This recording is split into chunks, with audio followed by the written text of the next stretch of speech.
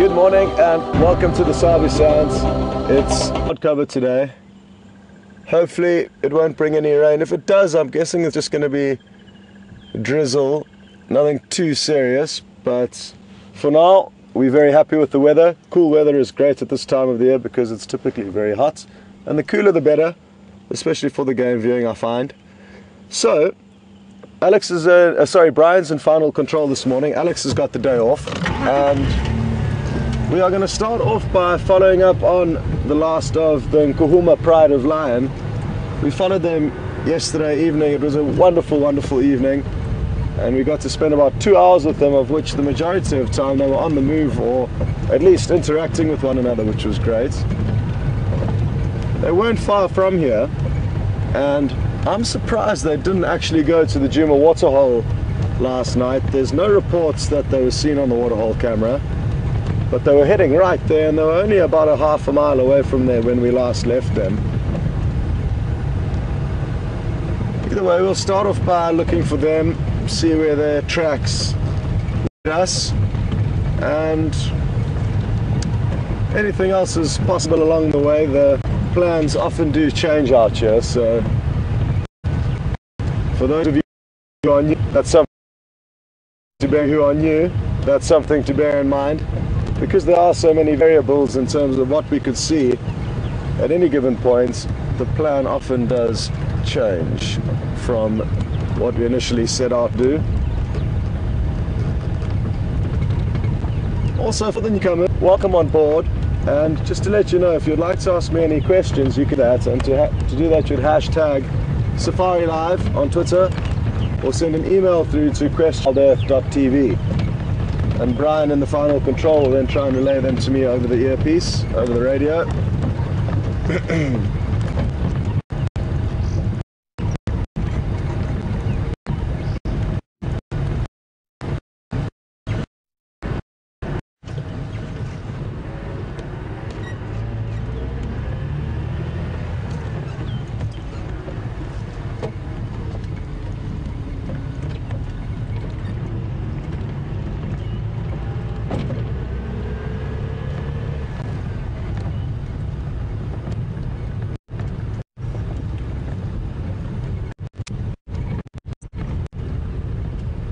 So this road that we've just turned onto now is called Twin Dams Road, and we left the lion lying down about a quarter of a mile from here, so not far, and they had been heading in this general direction the majority of the evening that we had been following them.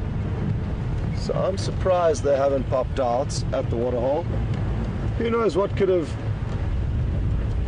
diverted them or caused them to change direction. Maybe they found something to try and hunt that led them off the track that they'd been heading on originally. Or maybe they just decided to head in another direction. Only time will tell.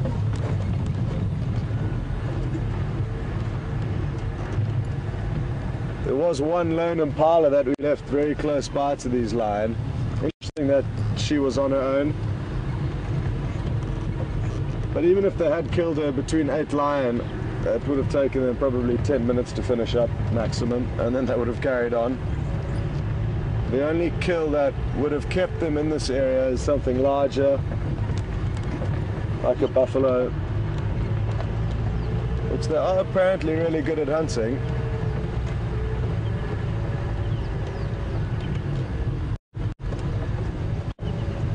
The problem I'm facing now with regards to tracks is that after rain,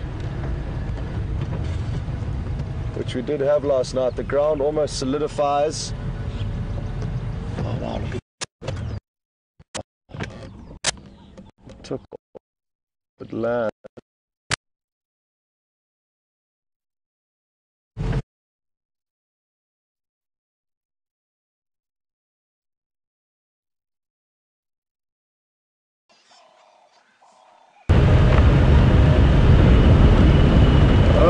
Okay, ready when you are, sir.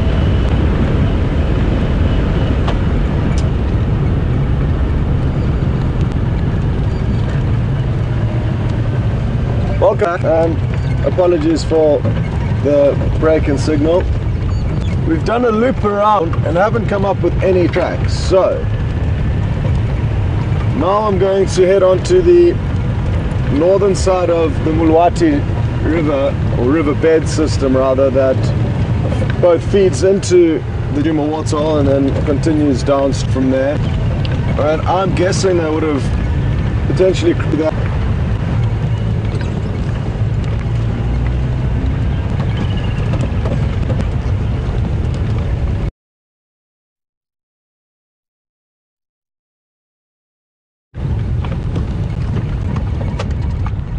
Just gonna get a quick update so I can hear a few vehicles have got active, so it'll be useful for me to get updates from them. Morning guys, Scott getting mobile.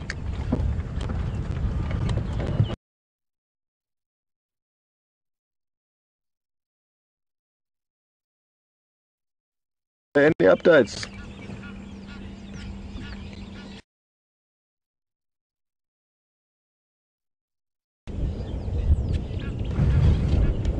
I'm going to be following up on any sign of the Nkuhumas, I'll Central.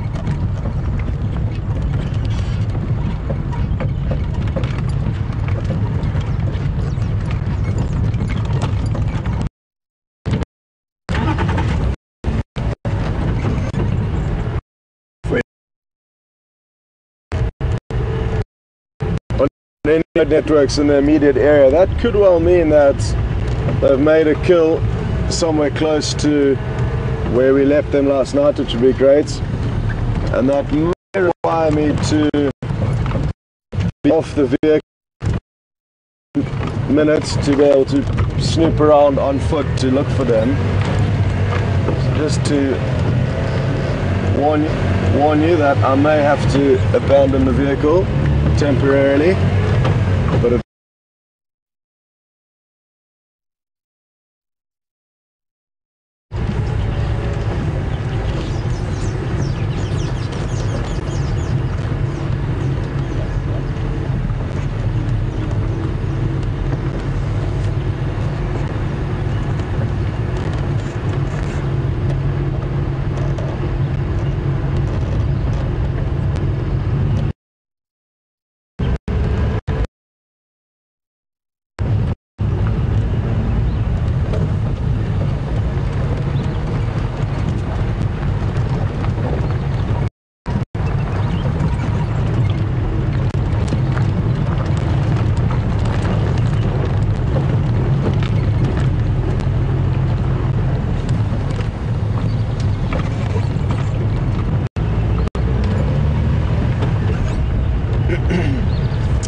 so just 4 more drives for me. It's really sinking in now that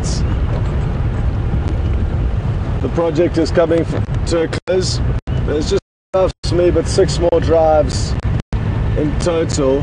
And those of you who are wondering, Mike the presenter is just taking a few days to go sort out some things back home, and he'll be back on Friday for the afternoon drive, and for the 2 drives on Saturday it'll just be him, and I will be out of here on Saturday, sadly.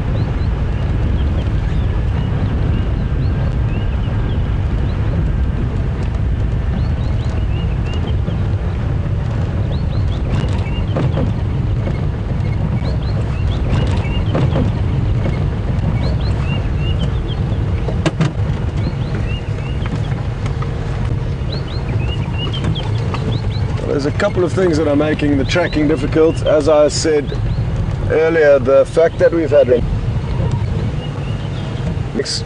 the ground in certain areas, depending on the substance of the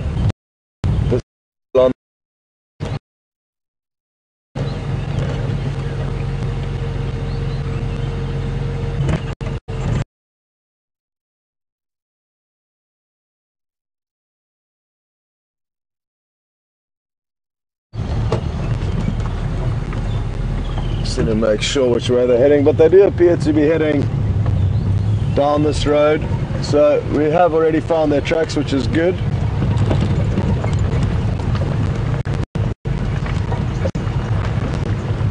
Okay,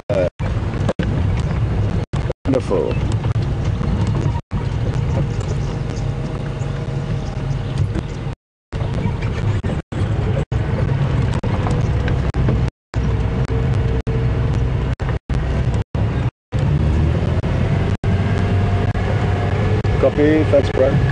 Apologies, I believe the signal is quite erratic and choppy. According to Brian, I'm not sure what that could be. Possibly the weather, who knows. Either way, apologies for that, and hopefully it'll smooth out as the drive continues.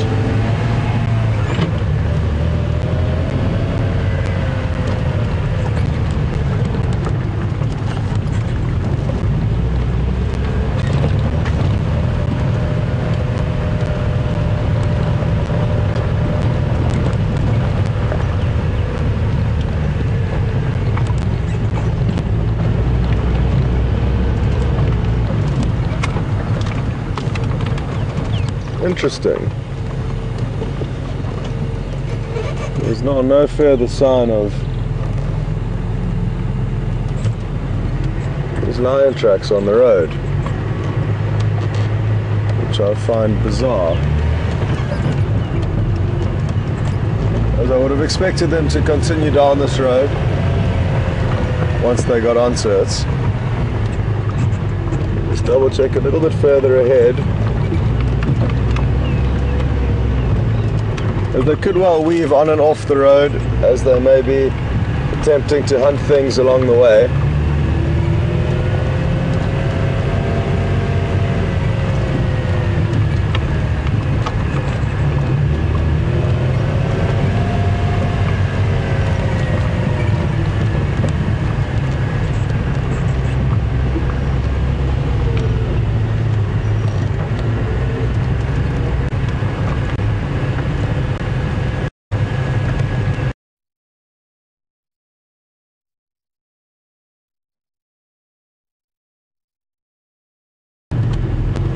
Donna in Ohio, good morning and welcome on board. Donna's asked whether, if lion take down prey that have any sort of disease, is it possible for the lion themselves to contract it? And it certainly is. That is how they contract bovine tuberculosis, and they certainly can. That's one that comes to mind. I'm not sure if there are others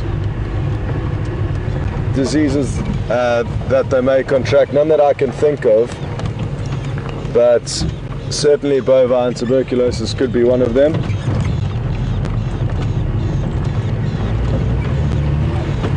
And they get that from the buffalo. Oh.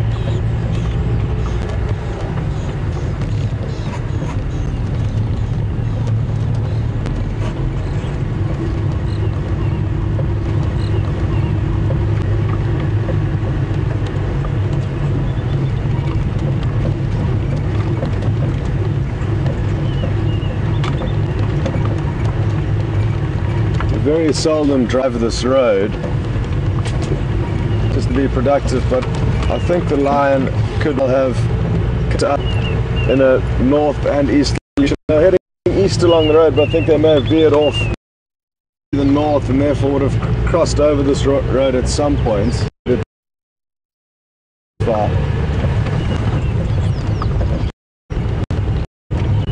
It's a tricky road there, but as you can see it's very grassy, and if they did cross over at any point, it's very little for me to see their tracks.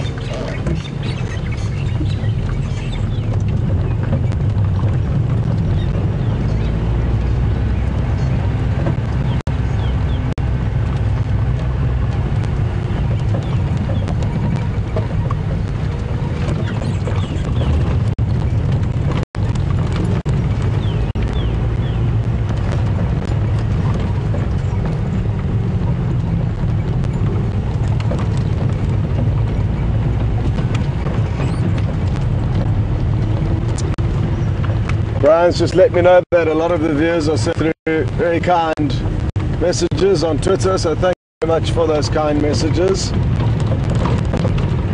I'm certainly going to miss this experience, the Safari Live experience. There's none quite like it that I've experienced before. in terms of safari, and I've really loved this opportunity. Really lucky to have stumbled across it, and as we've said so many times, hopefully future projects will be in the pipeline.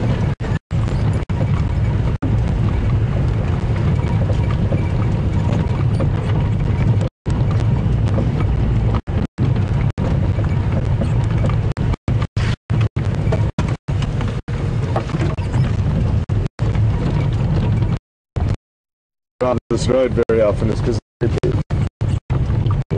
animals on it, it's very bumpy, and as you can see, quite thick, but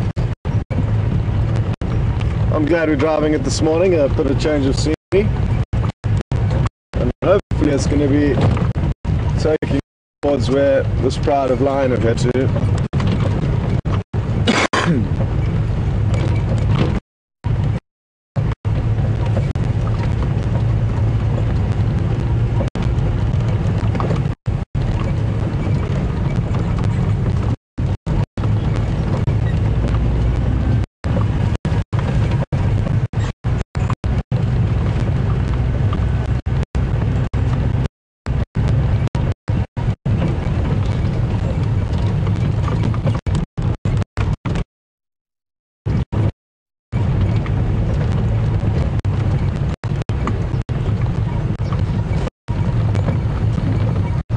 Grounds are so hard that I'm really battling to see any tracks, and if they did walk here I probably wouldn't know that they did.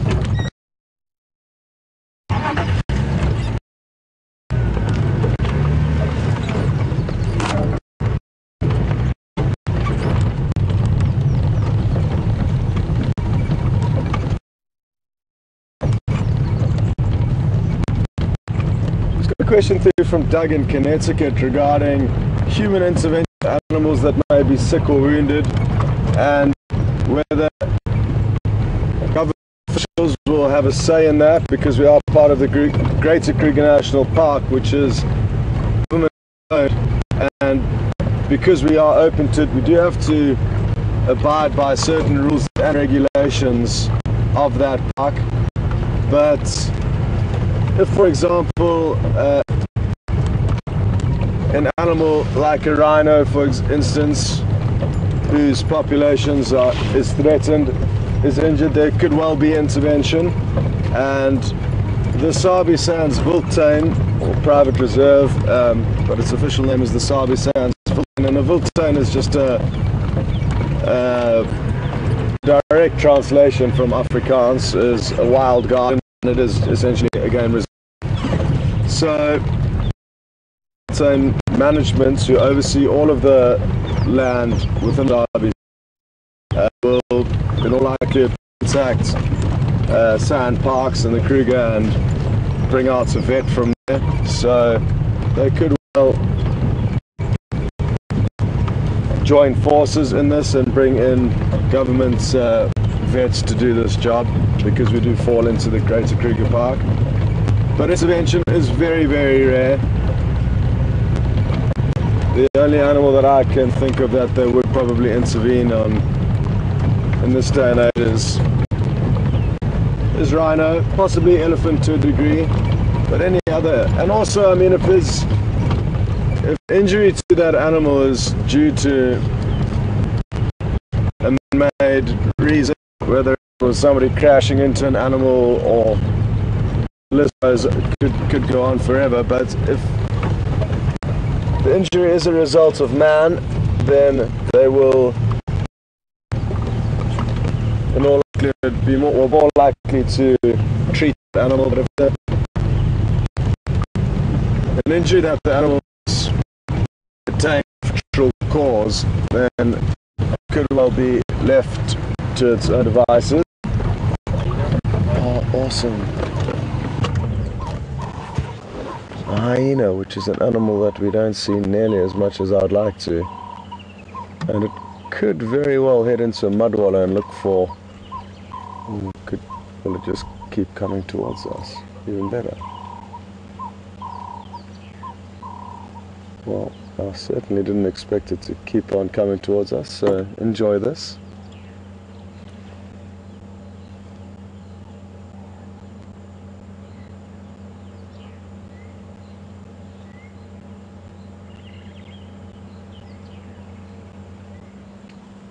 I wonder how this individual's night's been, what it came across. I'm sure it would have some interesting stories for us.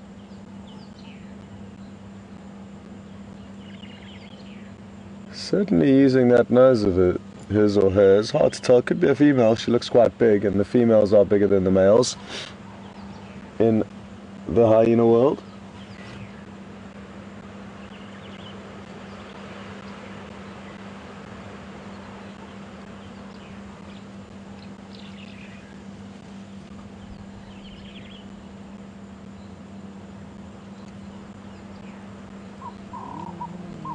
Oh, it could vocalize.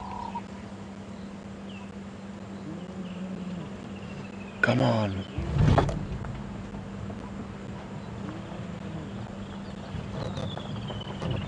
Oh, another one.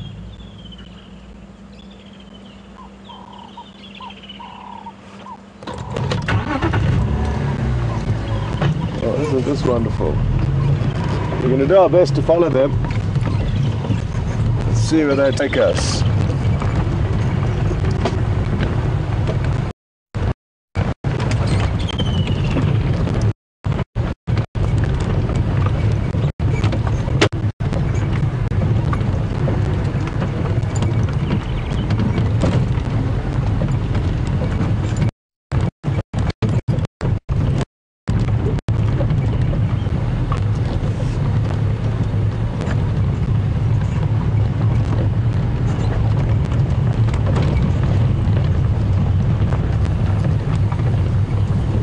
Got a question through. I'm not sure exactly who it was from, but I'll go ahead with the question and Brian will remind me of who it's from. Oh, it's from Brian in Toronto. Morning, Brian in Toronto. Brian in Toronto is asking if hyena who also scavenge from buffalo kills or feed on buffalo would also get bovine tuberculosis, and as far as I'm aware they're not affected for some reason, so it's a good question. I sadly don't know the answer to it, but it has got my mind working, so thank you for that question. I sadly can't answer it for you, but as far as I'm aware they are not affected by it. Why? I'm not sure.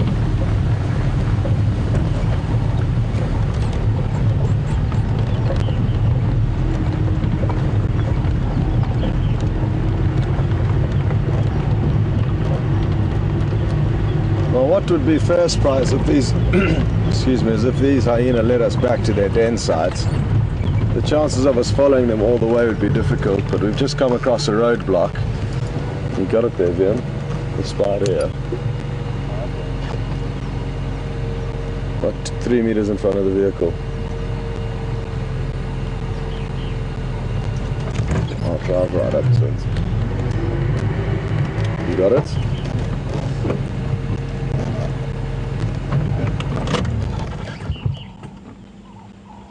So thankfully, I just managed to see this golden orb-web spider. It appears that it may have just made a kill and she might be wrapping it up.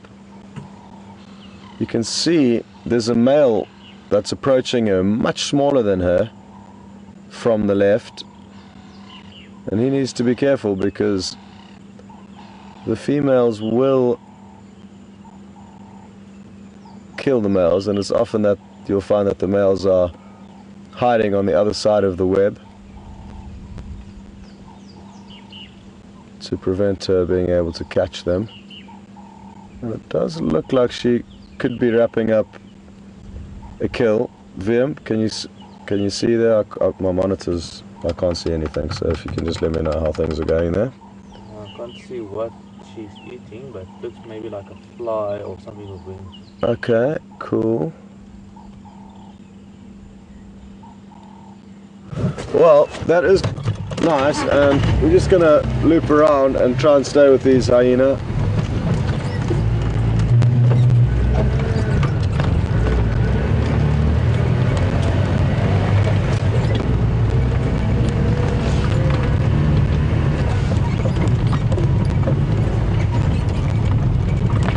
Could be long gone now. Got them? I think I saw them. Oh, you did see them. Okay, cool, thank you. So Liam said he saw them veering off to the right, it looked like, which means they could be going down to kind of towards Buffelshoek Dam way.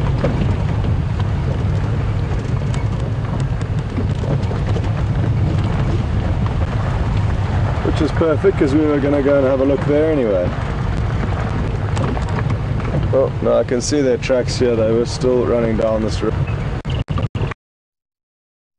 The junction. Here they are. Right.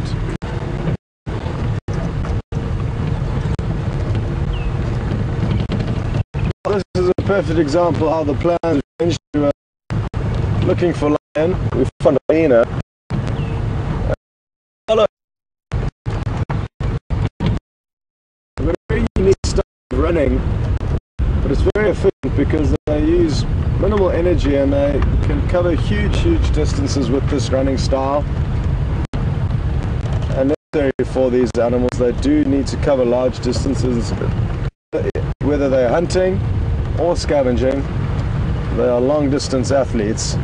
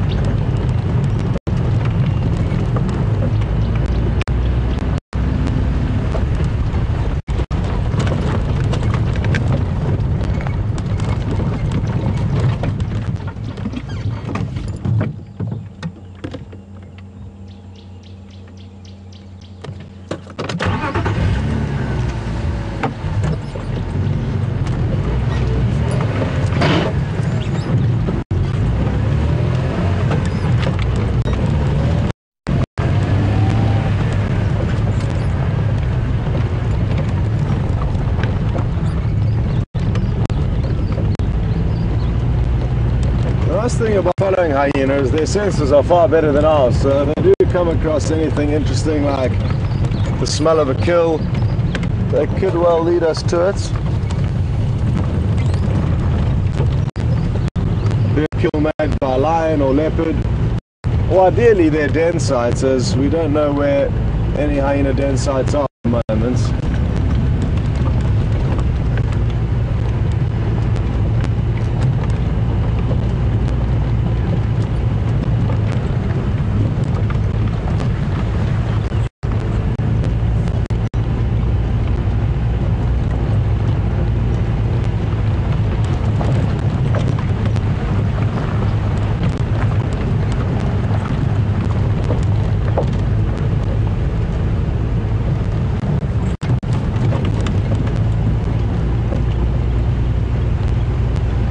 Smell them from here, which is hard to believe.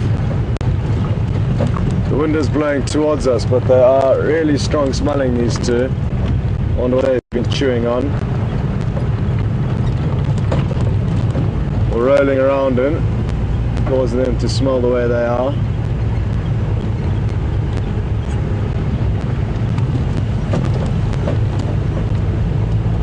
Not easy to give you good visuals of them, but I just want to give them enough space for them to be traveling at their own speed. And I'd be rushing them if I was to go any faster or closer behind them.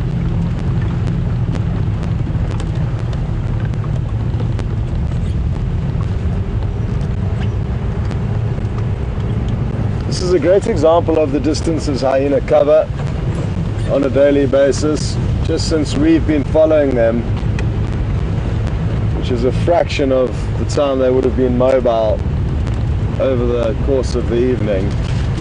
They've covered a fairly substantial distance. Taking a prominent pathway down to the right here. I think it is going to bring them out at a road junction just ahead of us, so we will scoot on ahead and wait at the road junction for them to come out.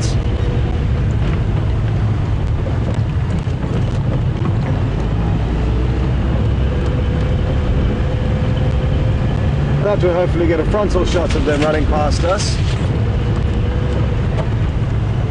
Still got them there, yeah?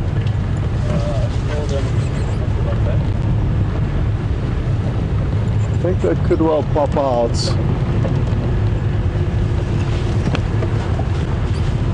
At a road junction which is not too far ahead of us. I just want to get there quickly. Here we go.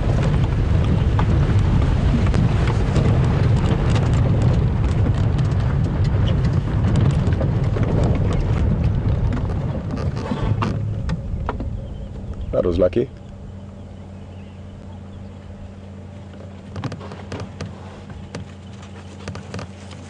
What a great shot that was. Cool.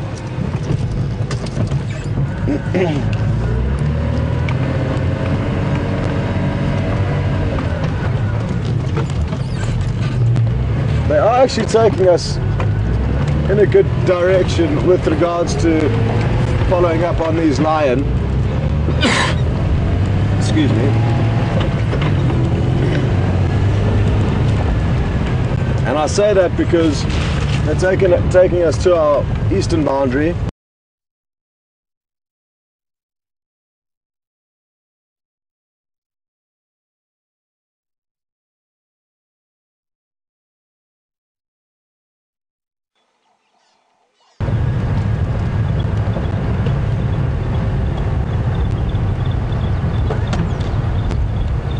Welcome back, and sadly, well actually not sadly, when the signal did cut out, the hyena did cross over our boundary road into the next door property, so we couldn't follow them anyway.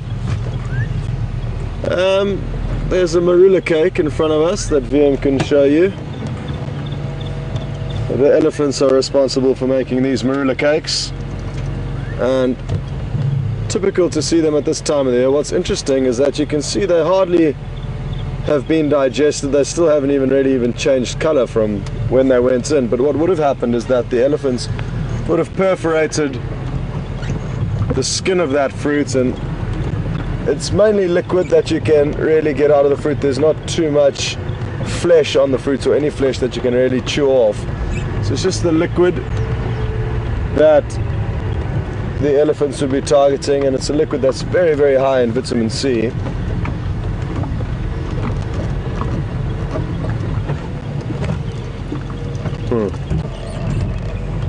Not sure exactly what to do now, but I'm going to keep checking the eastern boundary. If there's no sign of these lion crossing out, well then that's useful, because then now they're still in our property, and then we can work backwards. But to follow from the back all the way, knowing that they could well cross out, would be pointless, because we'd waste a lot of time. So we are going to now loop ahead establish whether they've crossed out or not, and then make a decision thereafter.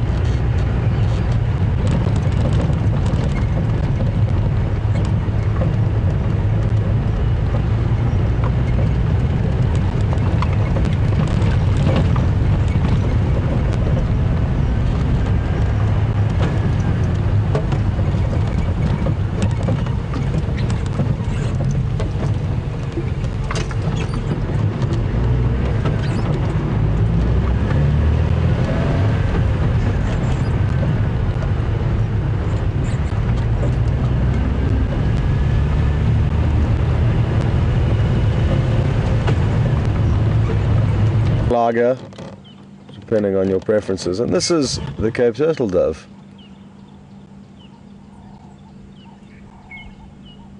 Busy gathering some breakfast along the road, and we can actually hear one calling in the distance. You picking that up, Vian? Real soft. What is that? Okay, well, there's one calling off in the distance. Drink lager. But hopefully we'll find a louder one, or one that's nearby, rather.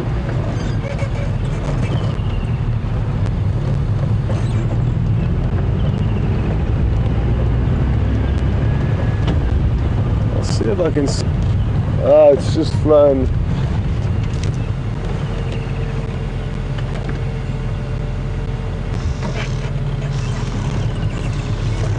Come to say hello to us. It's coming around the drive track.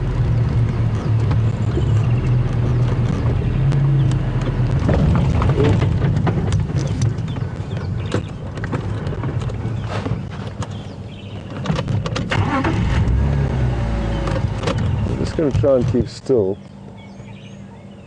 It could well call again, and you'll be able to get a few brief glimpses of it there. Here it goes. Drink lager, drink lager, drink lager. Well, we got lucky again.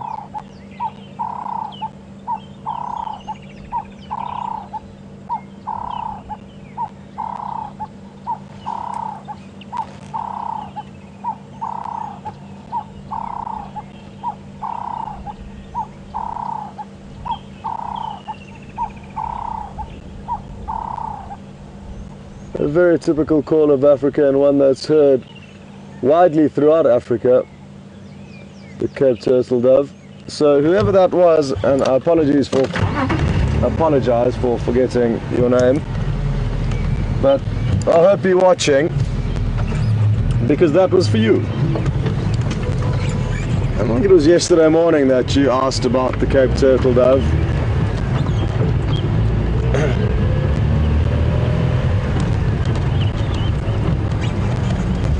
Copy that, Brian. You can try some.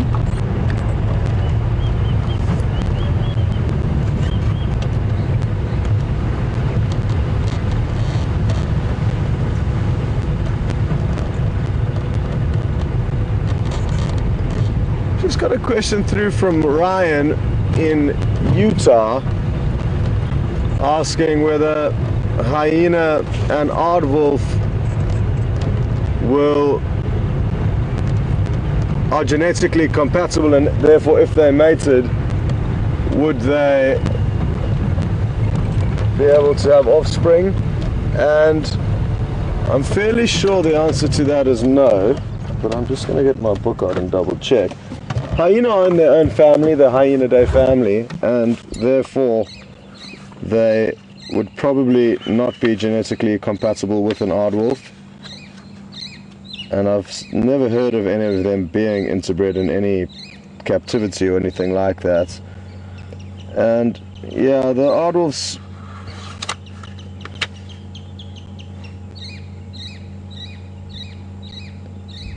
are actually more closely related to dogs. And this is an aardwolf. And a hyena are more closely related to cats, actually. Although it says here the smallest of the hyenas, the aardwolf, which again I think could be misleading because it's not a hyena, it's not part of the Hyenidae family, I don't think. So, good question, but I haven't heard any of them being interbred.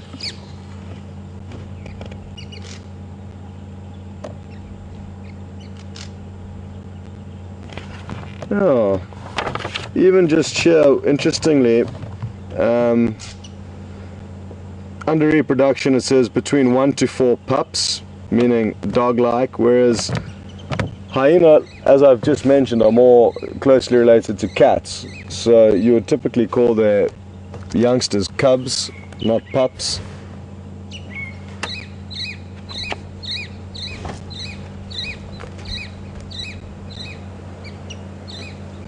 Thought there was a male lion looking at us, but it was a termite mound. So sorry, Ryan, I don't think that animal will be able to be conceived a hyena cross aardwolf.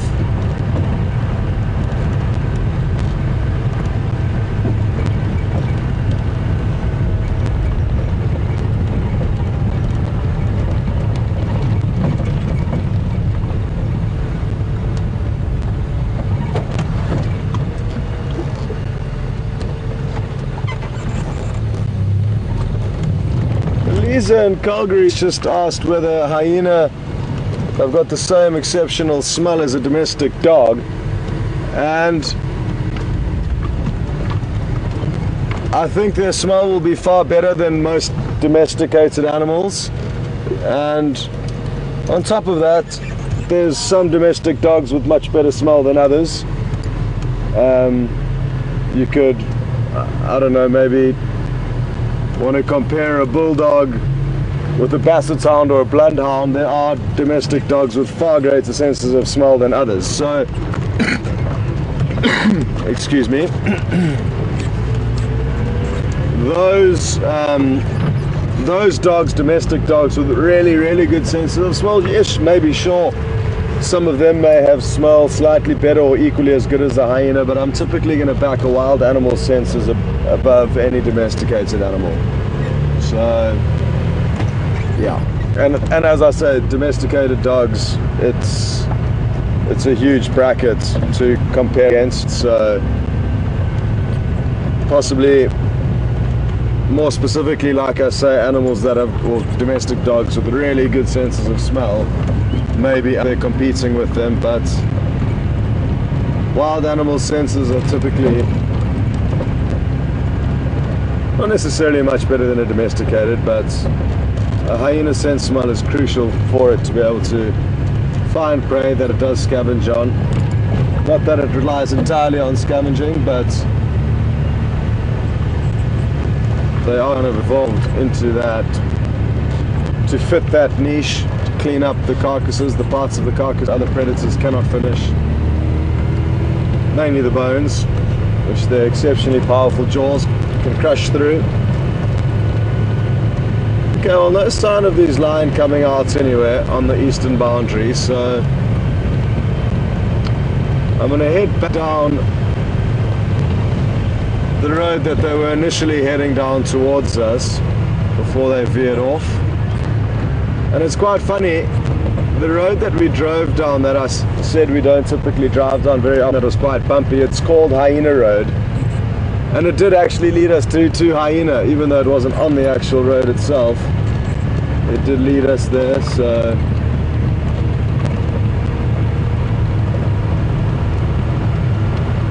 just going to turn off the radio vehicle so I can chat with Texan quickly.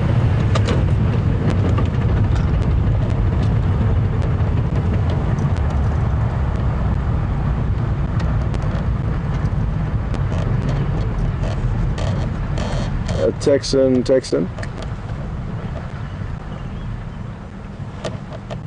Tex had tracks of Nkuhumas. They were heading east on Central, but then cut off the road just before Hyena. I'm not sure whether they went north or south.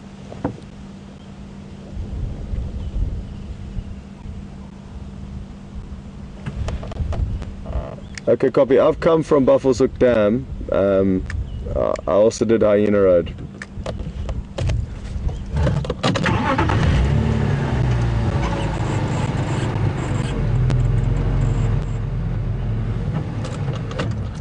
They were heading east from west of Hyena Road.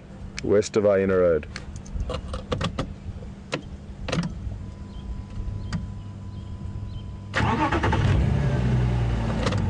Yeah, affirmative. Check Buffelshoek Dam, nothing there.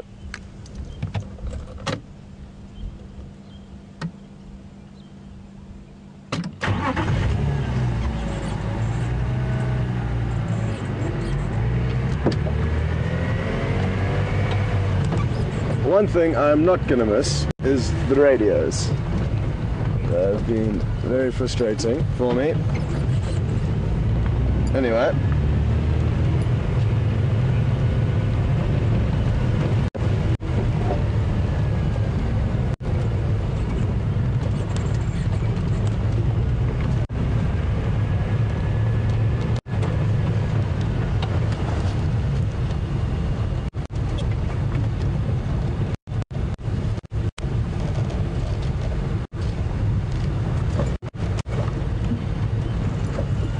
Got a question through from Tammy. Morning, Tammy, asking whether hyena mate for life, and no, they do not.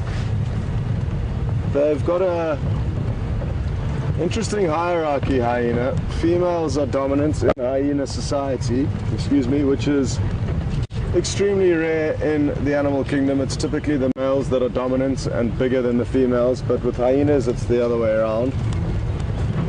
And therefore the lowest ranking female in a clan will still rank higher than the highest ranking male. Go ahead. I'm going to go back down central to the last tracks.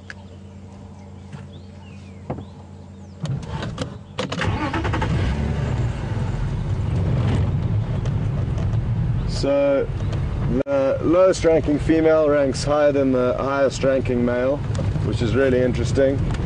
And with regards to mating, the alpha female will mate with the alpha male, but the alpha male may change over her reign as the queen of the clan. So in short, no, they don't mate for life. They could mate for prolonged periods when the alpha male and female do coincide as being the top of either gender, but it will change over the years, and therefore an alpha female may find 2 or 3 alpha males in her period as queen.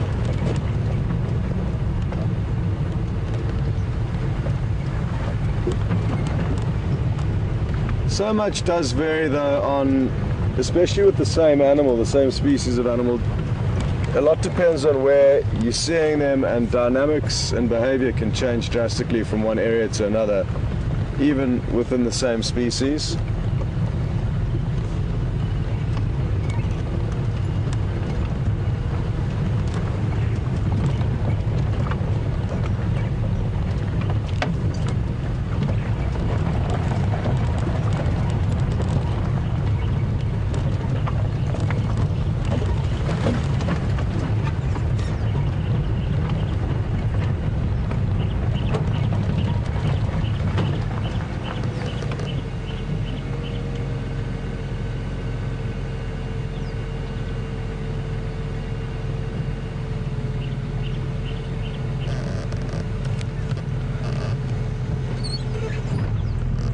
Another question from Donna in Ohio, and Donna's asked whether hyena have got a lot of bacteria in their mouths, and I'm sure they do, considering what they feed on. I'm sure they do have a lot of bacteria in their mouths.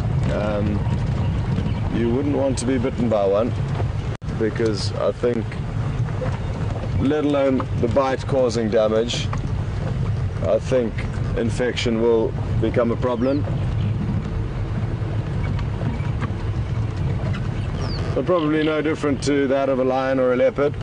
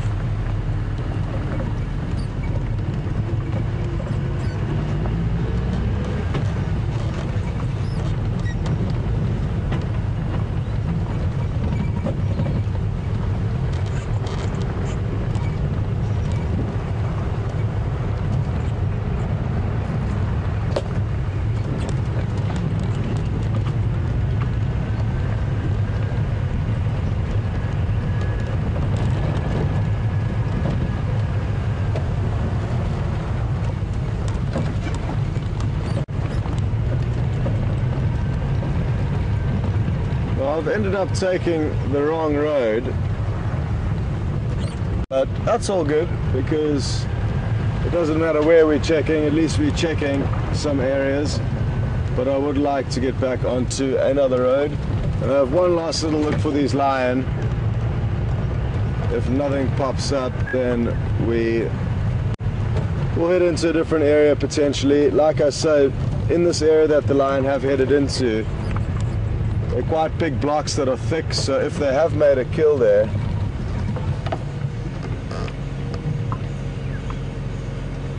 oh, wow,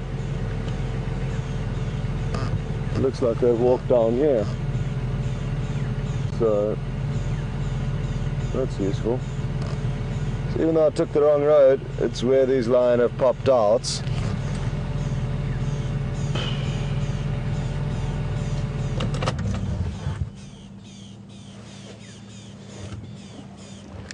So I've got their tracks going east on Mamba Road, heading east.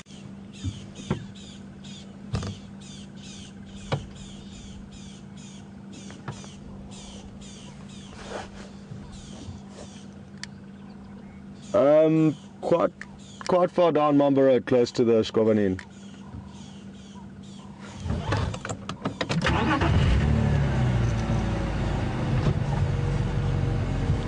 I'm battling to see the tracks though, but with this weather and this road, but I'll go back. I'm not sure how far down they've been going on the road that I've already driven over, but I'm going to go back to the break.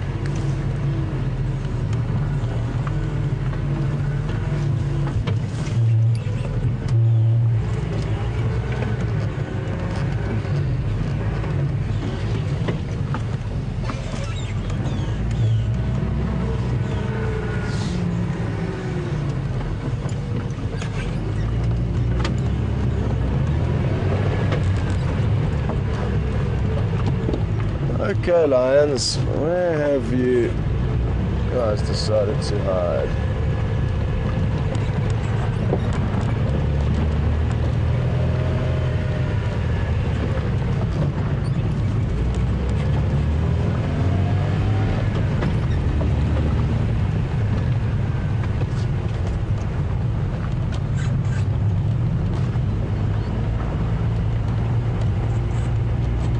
Oh. Well, apologies for my incorrect info that I gave you on Aardwolf. I thought they were not part of the Hyenidae family, but they are. So apologies for that error, and thank you for those of you who sent through the advice correcting me. Even though they are still in the same family, I wonder, I'm not sure if anybody did manage to be able to research whether they can in fact interbreed with brown hyena, for example, or spotted hyena. I'm not too sure. Yeah, some of the gestation period might be. Okay.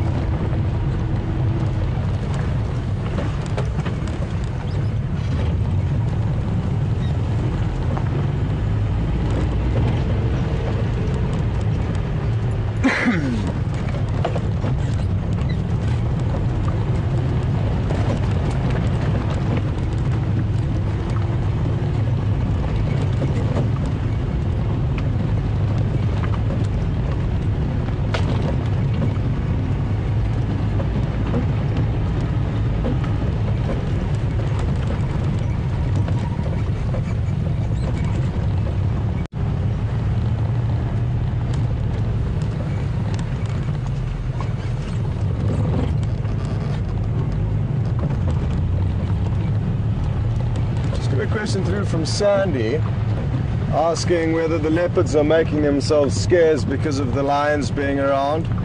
And no, I don't necessarily think so. We can go for days looking for leopard and not find them with no lion around. It's, I think, simply bad luck. And if we take another example that happened recently to also justify things, is that 2 male lions were on our property, the king of the jungle, with a buffalo kill, and Kunyuma, the male leopard, was not even 50 meters away from them trying to steal food from their kill. So leopards will certainly try and avoid lion at all costs when need be, but at the same time they know they're good at disappearing, and they do very well at that. So I don't think that is the reason why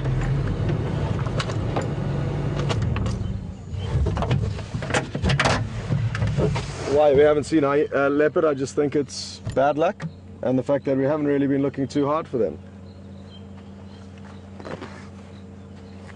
Actually,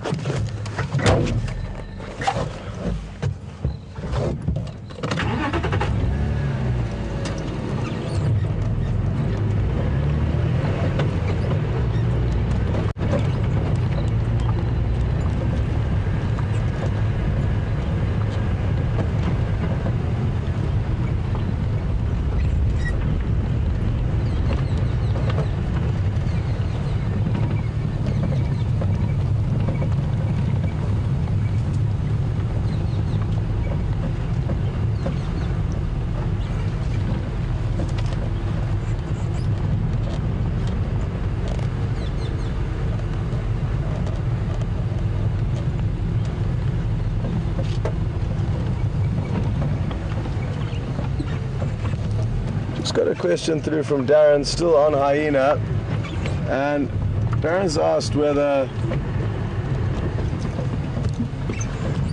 a hyena come into season at specific times of the year, or could they potentially come into season at any stage. And as far as I've been aware, they can give birth at any stage of the year. It's not a set season. Okay, yeah, the lion tracks.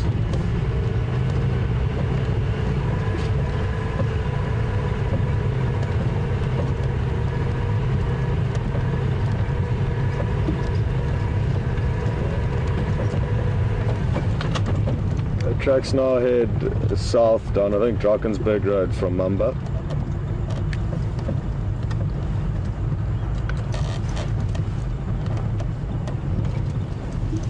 Tracks are now heading south down, I think it's Drakensberg Road from Mamba Road.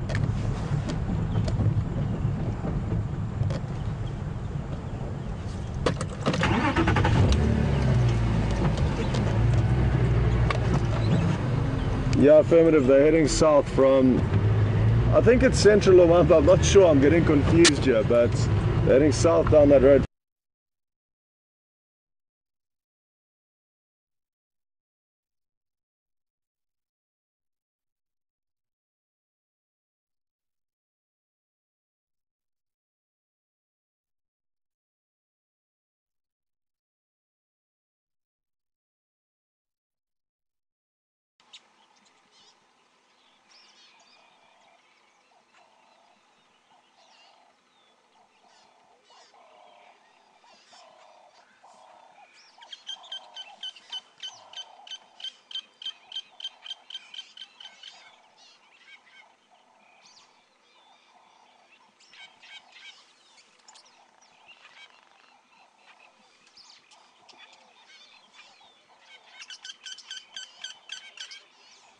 Hello everyone. Being out in the bush and being out there live has its technical challenges. We're experiencing some of that now and are working on it as fast as possible to get it sorted and get you back on the vehicle with us.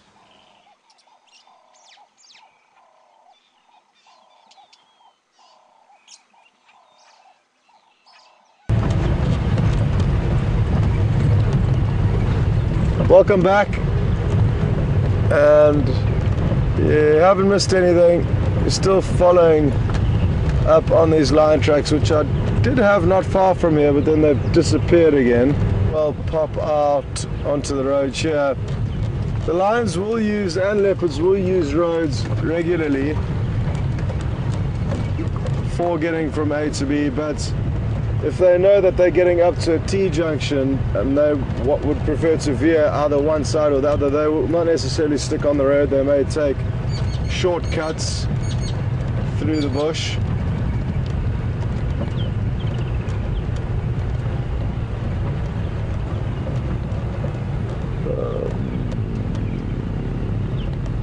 What is going on here?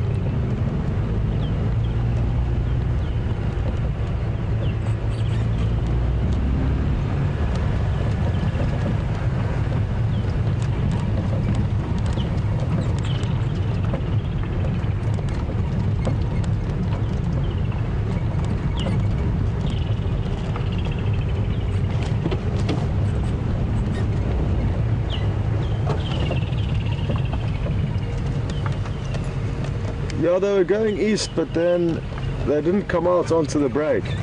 So I'm just checking further south along the break.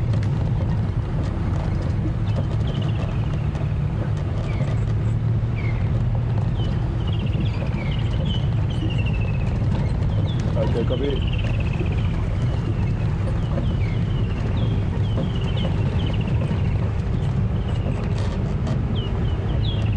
How bizarre.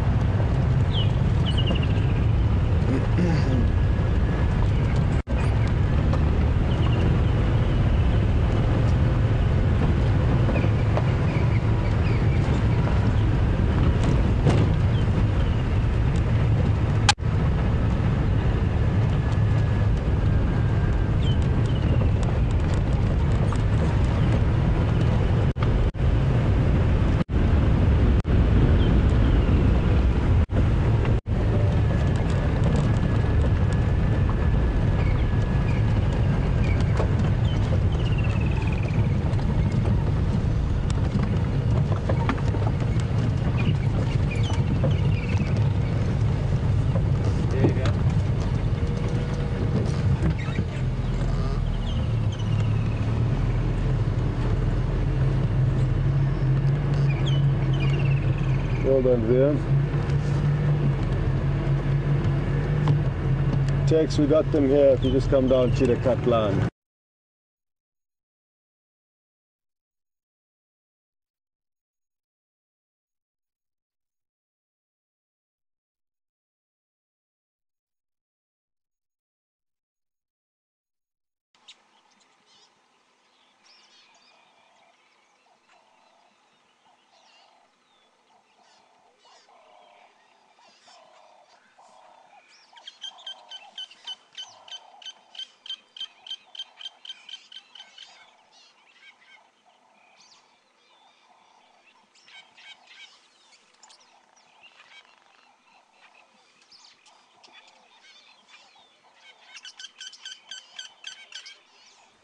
Hello everyone. Being out in the bush and being out there live has its technical challenges. We're experiencing some of that now and are working on it as fast as possible to get it sorted and get you back on the vehicle with us.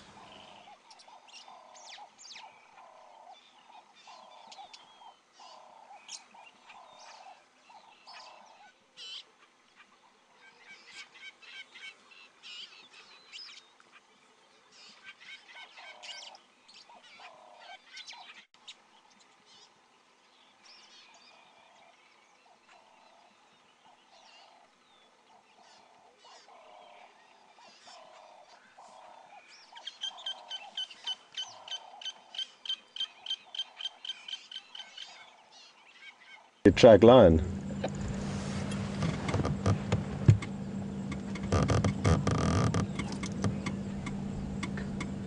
Welcome back, and our efforts have paid off. and we found the lion. VM spotted them, as you may have heard, as we found them, and thank you for bearing with us as we took some time to find these lion. It can be not the most entertaining part of the safari experience, especially because you're not here and I can't show you the tracks. It's a difficult aspect of the experience for us to involve you in, and maybe boring for you while we are focused on the tracks, but it is essential, because without tracking and investing time in looking for them, we don't find them. So glad it worked out. I'm trying to look at their bellies. Hard to tell whether they managed to eat anything last night. If they snacked on an impala between all of them, for example, that would have given them a bit of sustenance, obviously, but it'd be very difficult for us to tell whether they have fed or not.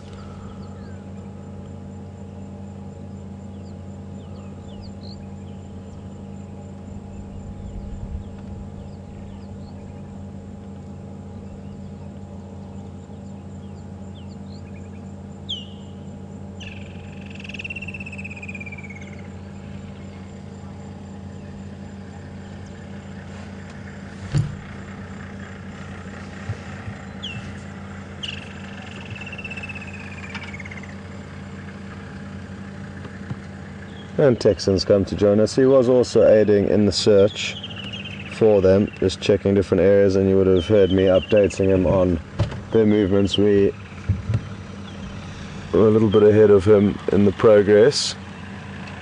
He had gone somewhere else initially to follow up on another animal, but didn't have any luck, and then decided to come and join us in the search for these lions. So it is a great thing about teamwork, because there's so many areas to check and large spaces that it's always useful to have somebody helping you in the quest.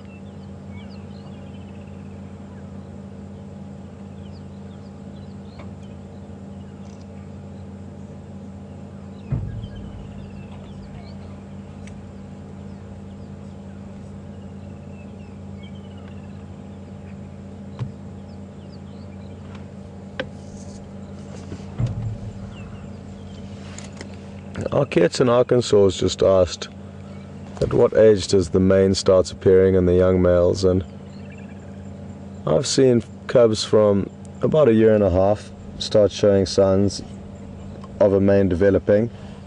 So anywhere from 1.5 years to 2 years you can start seeing that mane develop. But again, just like humans, a lot does depend on the individual.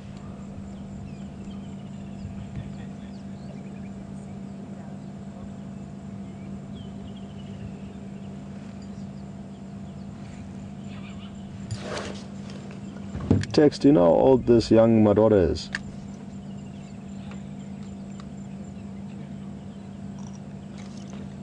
Two and a half or 3? Well, Texan says this young male is about 3.5 years. Oh. I was speaking on the radio there, so you got my message that I was trying to give to you. So Texan says they're about 3.5 years old, and this young male. So I was considerably way off in my estimate as to how old I thought he was. I thought he was closer to 2.5, but that gives you a direct idea of this young male who's 3.5 and his mane's development, which is quite considerable, and therefore fair to understand that anywhere from 1.5 years to 2 years you can start seeing a small mane develop. And depending on the genetics and when they also become dominant, that also does have an effect on mane growth.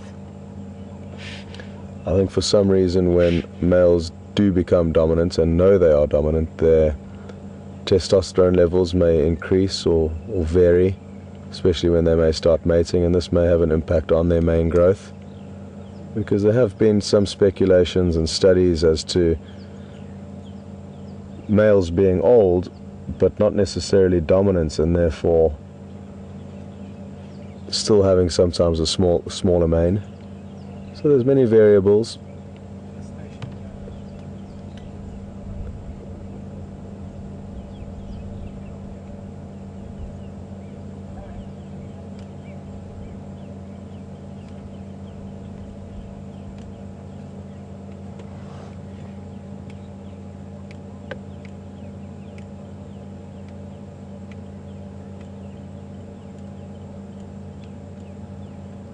Just got a question through from Darren on Twitter asking whether I've been charged by lion or leopard, and if so, was it on foot or in the vehicle?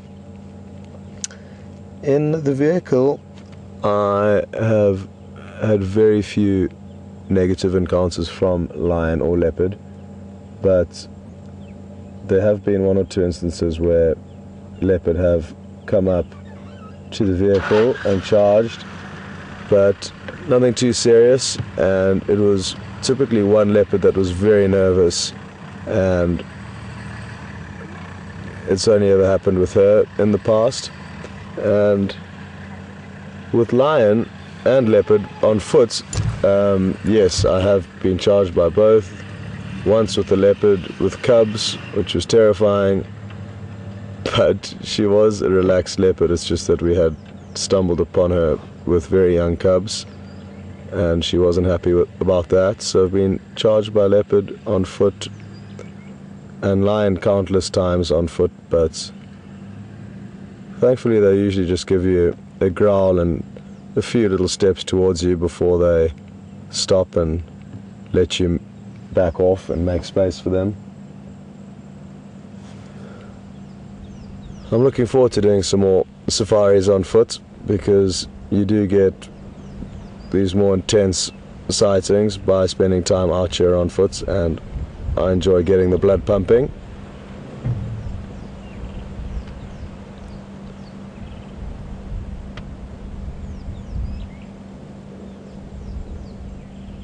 But thankfully, Darren, most of the time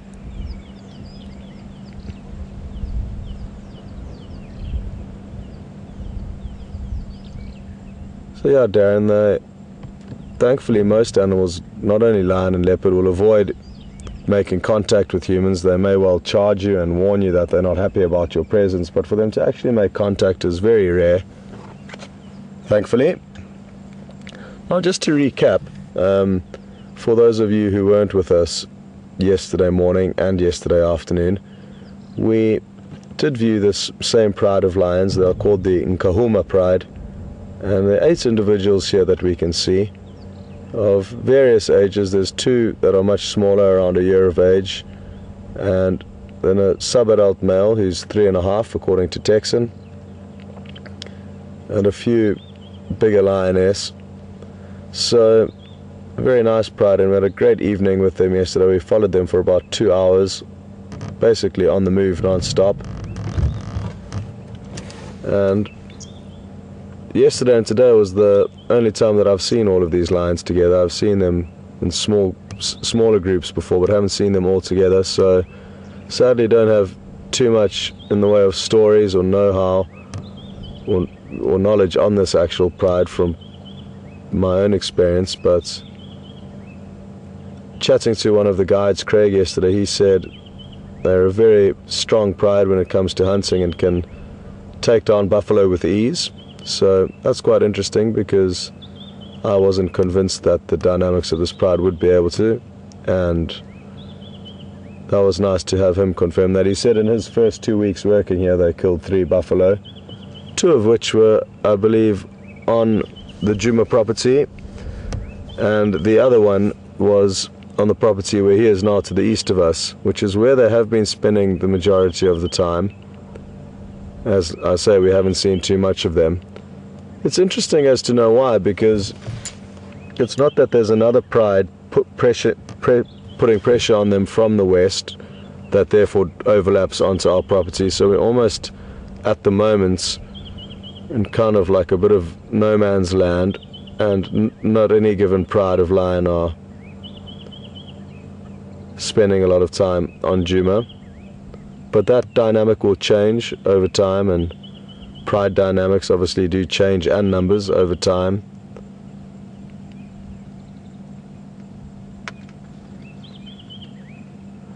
Anyway, I don't think we're going to spend too much longer here. Good that we know where they are, and we could come back this afternoon hopefully and enjoy some time with them, but we are very close to our southern and eastern boundaries, so they'll probably get up and head in that direction. But at least we will get to see them up and mobile hopefully this evening. But for now, we will let them sleep and go and look for something that's not sleeping.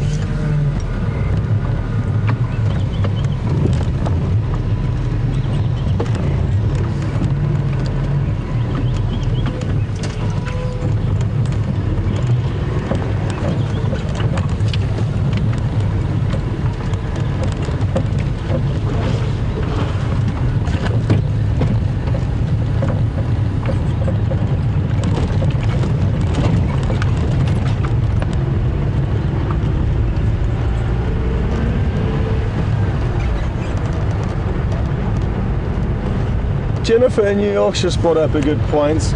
Morning, Jennifer. Jennifer's suggested potentially the diet of the lion will have an impact on the growth of their mane, and I think it certainly would. A healthy, strong lion's mane would be, in all likelihood, in bigger and better condition, as would the rest of its body and growth, than one that's been malnourished. So that certainly will play a part. To what degree, I'm not sure in terms of would it play a big part when it's younger and growing, or will it have a sustained part once it is fully grown. Interesting. But I think certainly if you look at a lot of captive lions that are getting fed really well and living an easy life, they can often look like they've been to the hairdresser and got their mane done, because they can be really impressive. So yes, I think that would be attributed to their diet. So that's a good point, Jennifer. That diet, I think, certainly would play a role.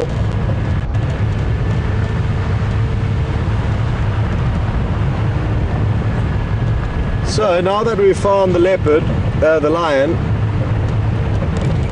I think it's time to change tune and start looking for a leopard.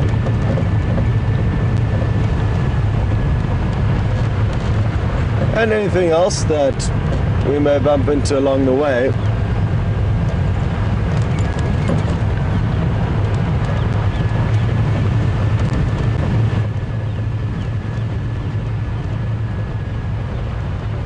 And we will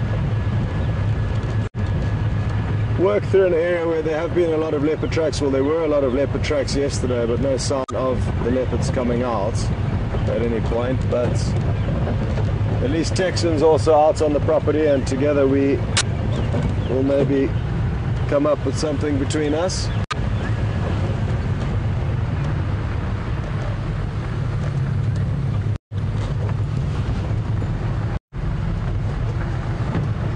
Well done, dear. This steenbok was in a better spot, but now it's just disappeared completely out of view. Really small, cute antelope. Well done, Viam, on your speedy reactions there. He was already in position before he even stopped. But sadly, the steenbok was not in position. So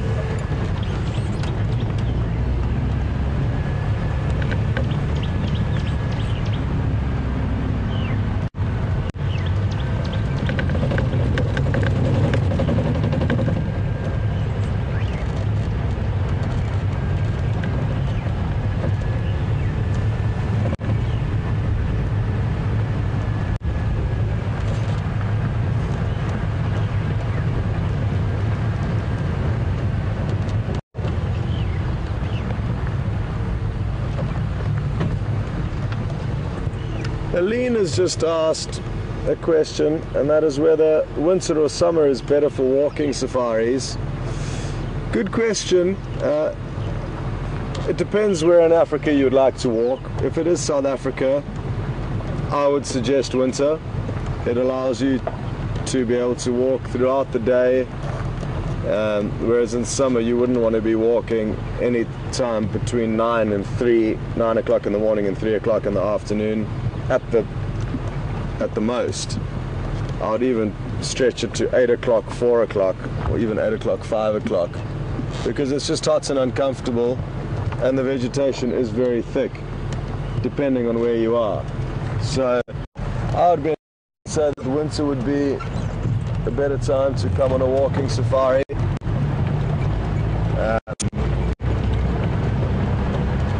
Less chance of rain interfering with your stay, less chance of the heat causing you to only operate in winter.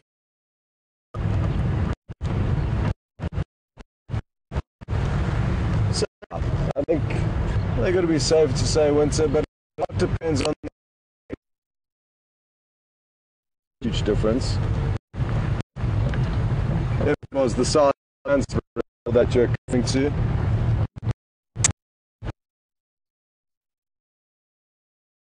So I'm just going to recap a little bit, but I think it's fair to say it is better to walk in winter and summer, do a walking safari, but a lot depends on where you're going.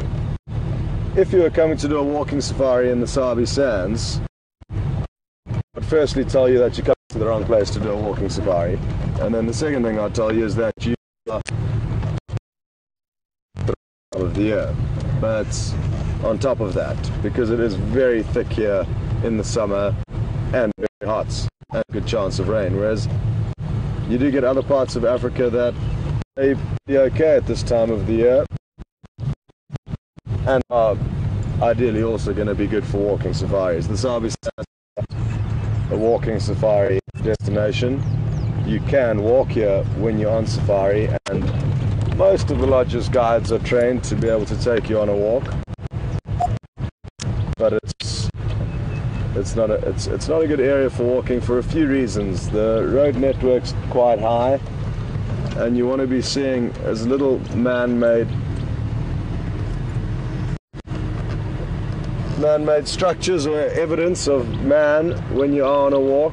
So the less roads the better, and the less vehicles the better, and there's quite a high vehicle density in the Sabi Sands in general. So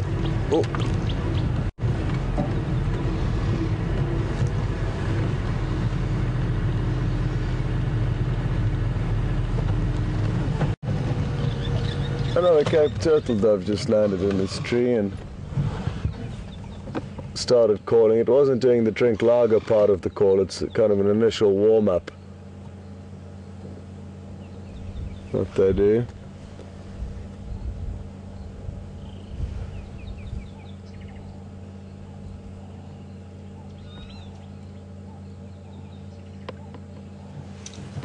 Which are walking safari, you typically want to be in areas where there's less roads, less people, and also some slightly more open vegetation. The vegetation in the sands and terrain doesn't lend itself to the best walking. For a group of 1 or 2, it's okay, but anything more than that, I wouldn't feel too safe walking big groups of clients around you. And the typical rule is 1 rifle per 4 clients, so 1 guide per 4 clients on a walk. So if there's a group of 8 of us doing a walk, we would need 2 guides, and I would probably also recommend that we split up into two groups of 4 rather than going all 8 together, because for 8 people to be trundling through the bush after one another, it's going to be really difficult to approach any dangerous games, and you'll lose the intimacy of that walk. So I hope that answers your question.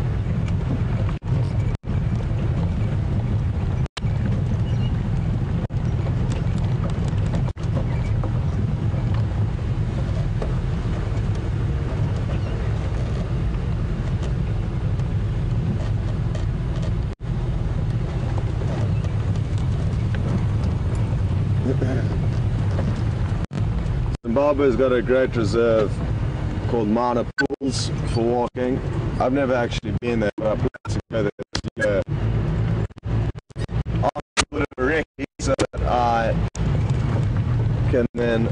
take some clients there as soon as possible.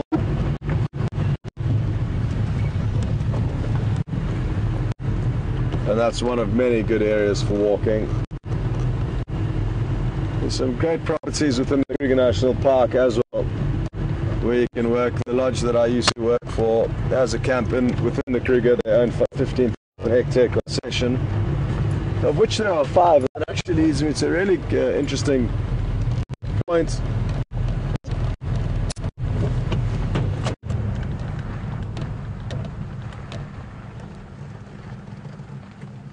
Sorry, I'm just listening to the radio here.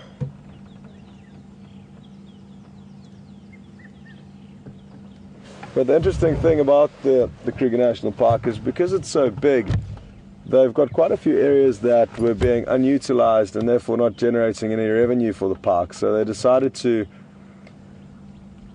put out tenders to different companies to try and vouch for getting these exclusive rights to these properties within the Kruger Park. So there was 5 different concessions that lodges bid for, and the company that I was working for managed to get one 15,000 hectare concession on the Mozambican boundary, about a third of the way up the reserve, an incredible piece of wilderness that is wonderful for walking. So that's not even too far from here. Probably as the crow flies, it's maybe 50 miles from here, yet the terrain is completely different and a good place to go walking. So you don't need to necessarily go far afield or into other countries to find good walking safaris.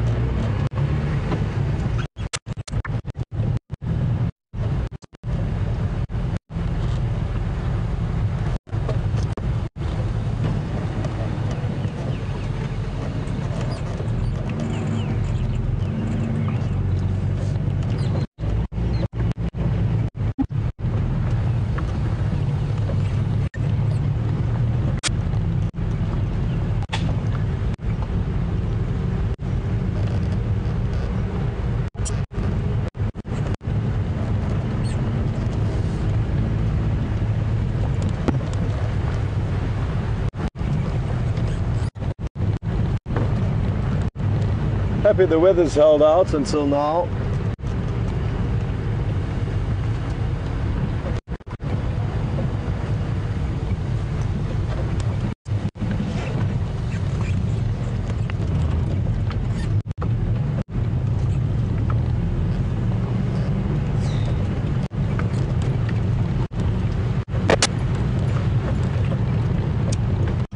A question through from Mary Ann asking how many different species of antelope we have in here at Djuma. So Mary Ann, get your pen ready because I'm going to list them out to you. I think that's going to be the easiest way to do it. And we will start with the smallest: the steenbok, the duiker, the bushbuck, the impala. Well, let's actually do all the spiral horned antelope, which is bushbuck, inyala, kudu, impala, waterbuck. What else, Liam? Yeah, we've got the kudu. Brian, what are we forgetting here? There must be some that we're forgetting. Only 7?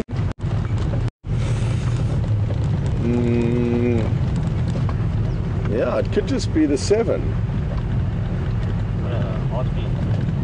Yeah, no, we don't get them here.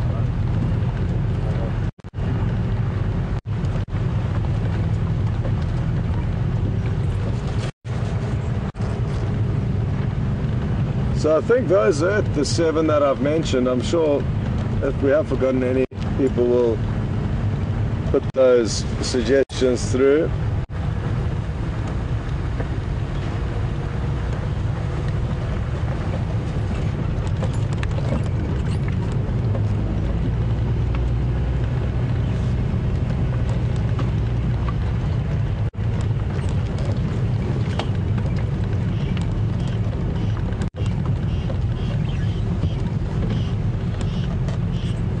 Sounds like there's a bird over here that's unhappy about something. We'll go and have a look at what it could be. And a squirrel, a tree squirrel that's not happy at all with something. What have they seen? A tree squirrel seriously worked up.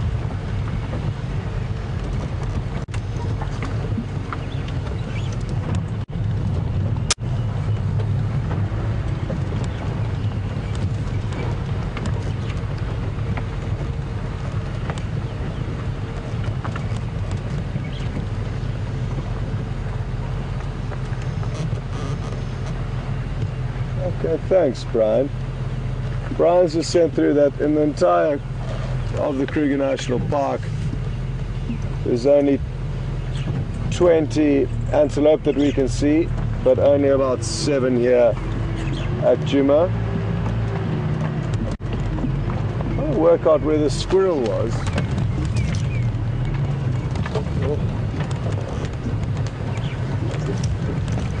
Because it really did let off a loud alarm call.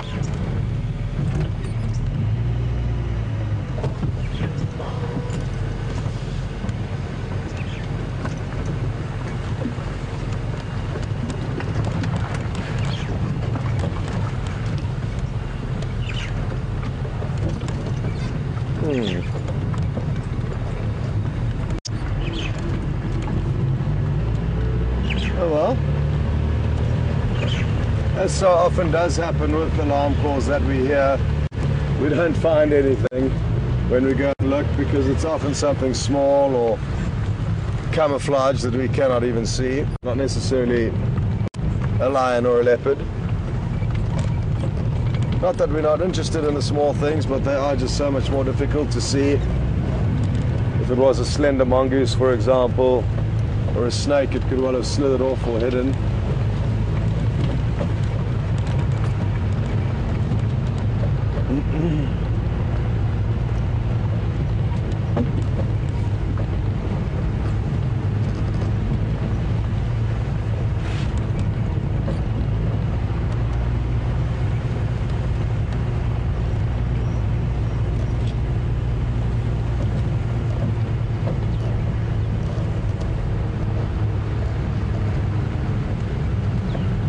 A question through from Angela in Missouri, and she's asking whether there's any walking safaris that cater towards handicapped people, and it's something that certainly could be achieved, but obviously the degree to which the person may be handicapped would impact on things. But it's another good example of where private guides can come in hand, and I guess a travel agent, but there will be certain camps, and I'm fairly certain that I would be able to go back to properties where I've worked and be able to fine-tune and customize a safari for a person with any kind of disability, because I know to what degree that company does go to make people's safaris memorable, and that combined with prior planning and warning will therefore, I think, allow for that. So yes, I think there is the potential for that to happen, but not necessarily a set thing or something that's advertised by any given lodge that I know of, but it could well be something that happens. And here we've got our hunting hummerkop. I'm just wondering where the best spot is to wait, and I don't think it's here. Let's go back down here. Let's stop here and see if this hummerkop can catch a few more little catfish for us. We saw him hunting the other day and he managed to catch 2 for us. Really incredible.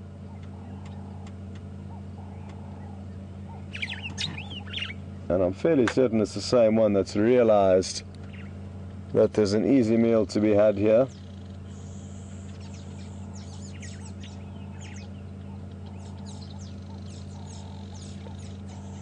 Although sadly, the area that he's heading into now, we're not going to be able to see anything. So, what I'm going to do is reposition the vehicle and we can get comfortable and watch him hunt, because it really is cool to watch.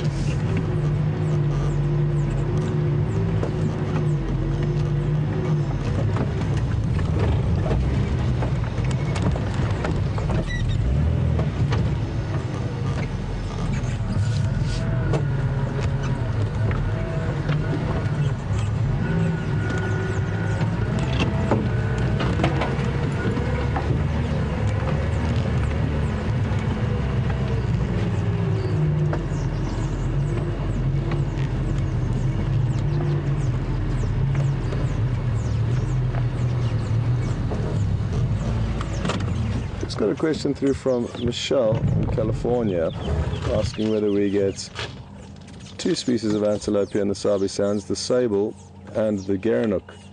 And the sable used to occur here in the Sabi Sands, and there's even a lodge named after the sable, but now we no longer see them here.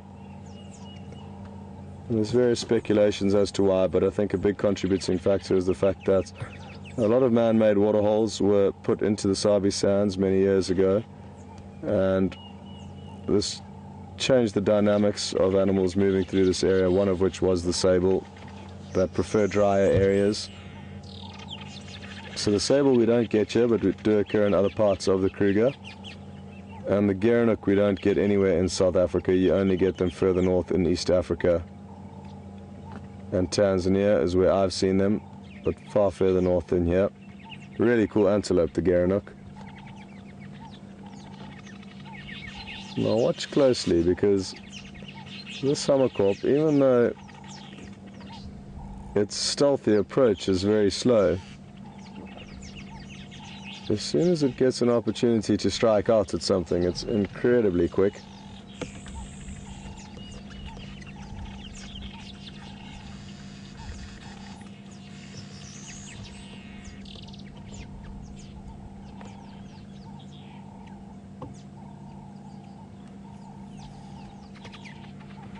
I wonder how many baby catfish it's plucked out of this pond.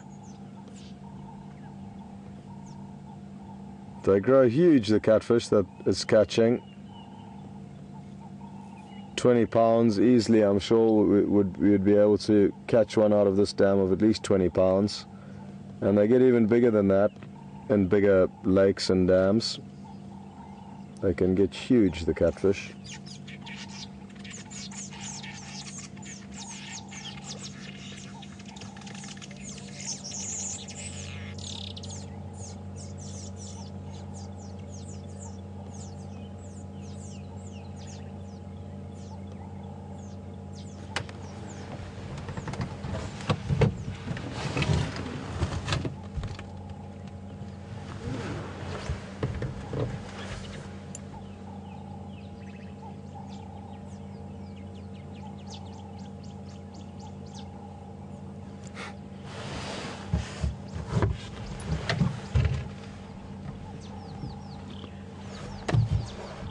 I did forget the wildebeest out on the list of different antelope that can be seen out here.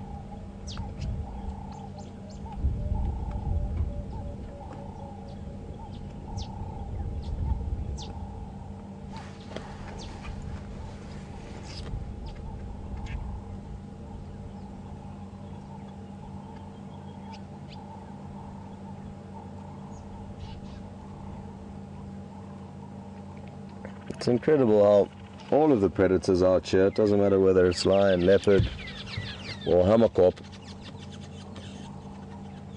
they all have to be so patient in order to catch their prey.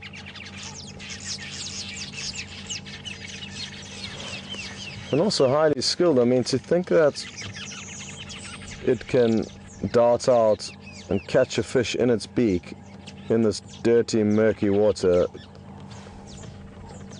hard to believe.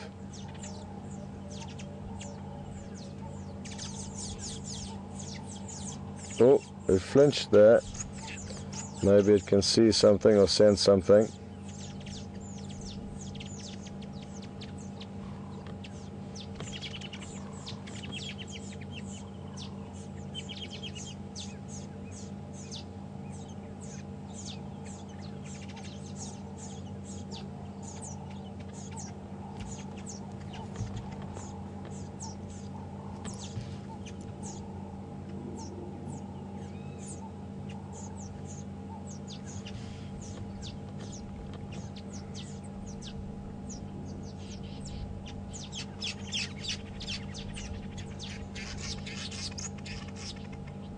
I mean, the length of time it's now spent poised in this exact position. You can imagine being poised in any which way for this amount of time. It really does require intense focus and also stamina. It's tiring to be poised in an awkward position permanently. I suppose it's not that awkward for them, but still, it'll be working certain muscles.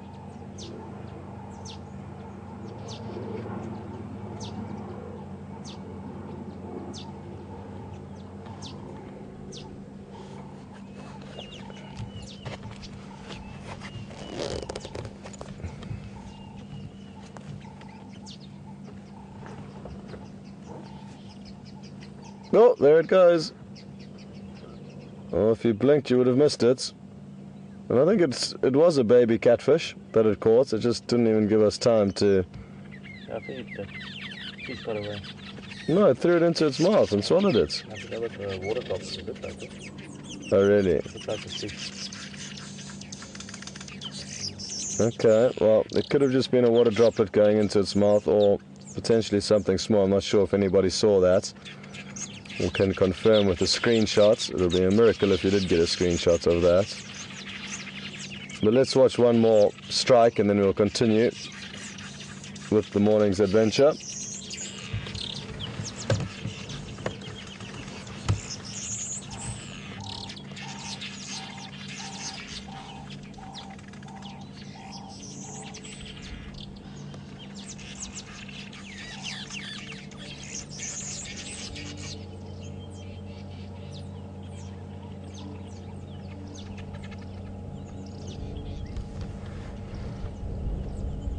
Ellen in Latvia, good question. I don't have a clue how this bird can see the fish in this muddy water. Although, I think it would be simply the fact that these little fish will be coming up to the surface, potentially for air. Catfish are unique in that they can process oxygen and can live out of the water for long periods of time. And they could also just be feeding along the surface, so any ripples or movement that bird will see on the surface of the water, I think it strikes out towards. And it's not actually seeing them necessarily below the water, but it's just noticing their ripples as they surface.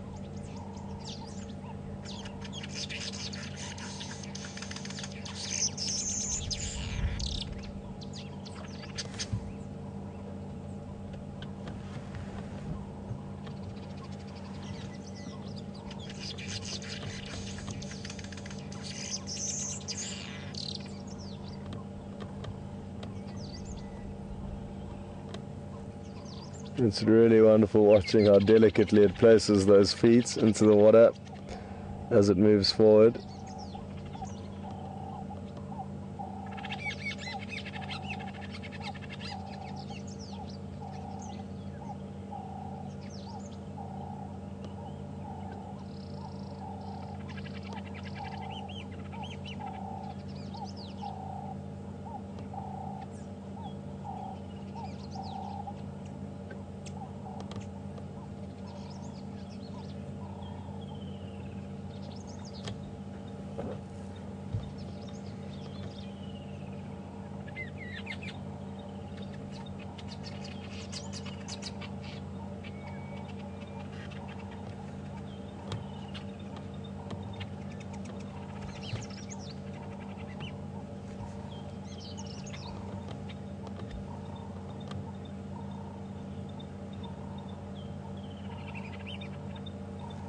Okay, well, that's interesting. Brian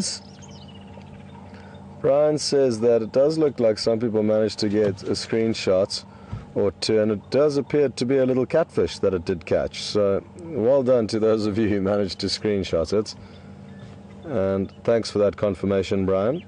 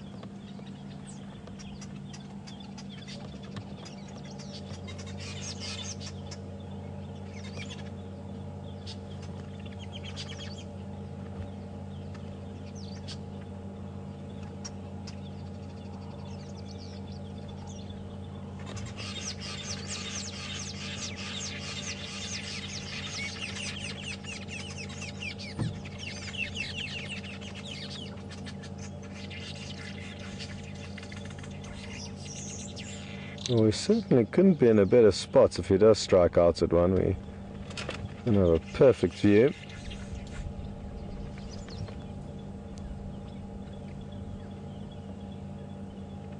I wonder how long this little nursery of catfish will sustain the Hammerkorp's requirements of feeding,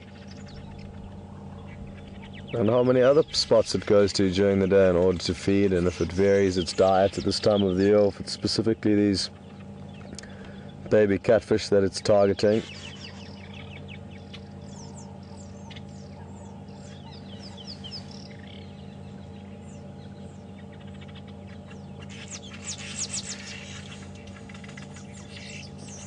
He seemed to have a more productive day when we sat with him a couple of days back.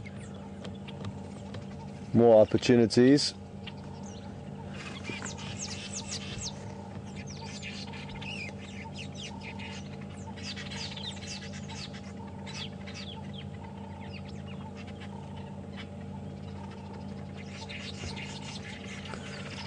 A lot of people have been asking what the birds are chattering in the background that you can hear, and they're the village weavers that have got a colony here at Treehouse Dam.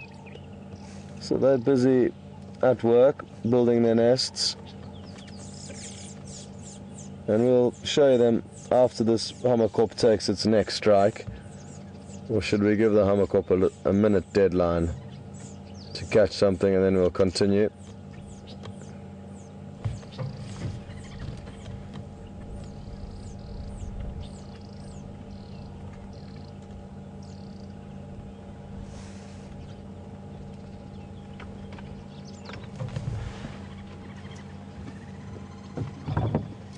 Copy, thanks.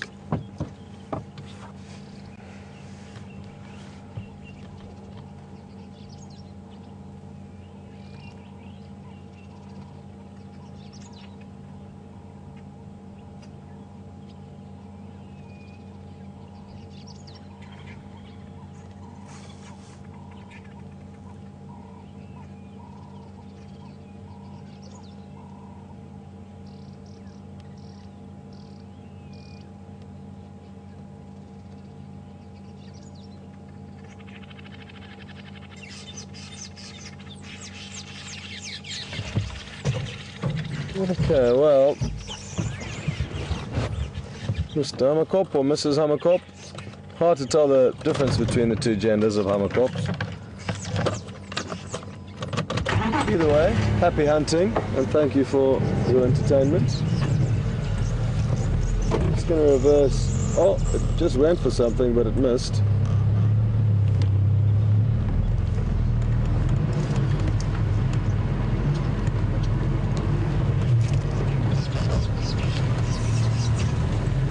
This is what's responsible for the noises you would have been hearing now, the birds calling. And if we just wait a moment or two, they'll hopefully pop into shot so that VM can show you some. But at the moment they all tend to be hidden on the other side of this tree.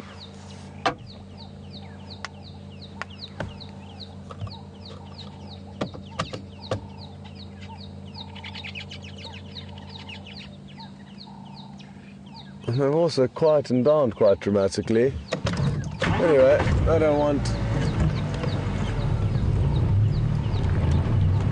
to be on the camera this morning, then that's the way they'll have it.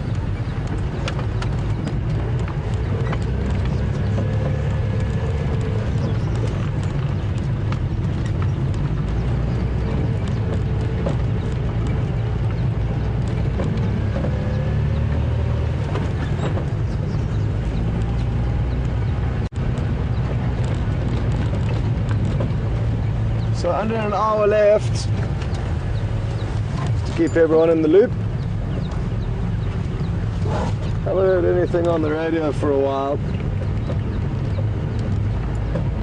from Texan, but he basically headed straight from those lion into another property. I'm not sure what he was going to see or what the rush was, but he wasn't interested in hanging around here. So it's just us on Djuma.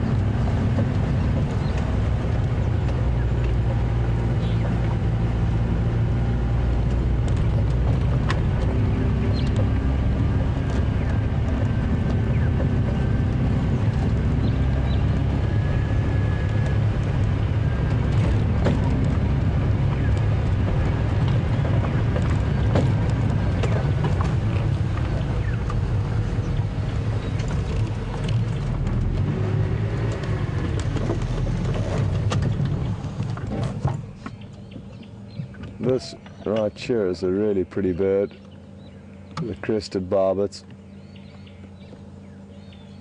and I'm sure VM would have been able to get a few good shots of it before it hopped into a harder spot and has now flown off. Is that okay, VM? Yeah. Well done.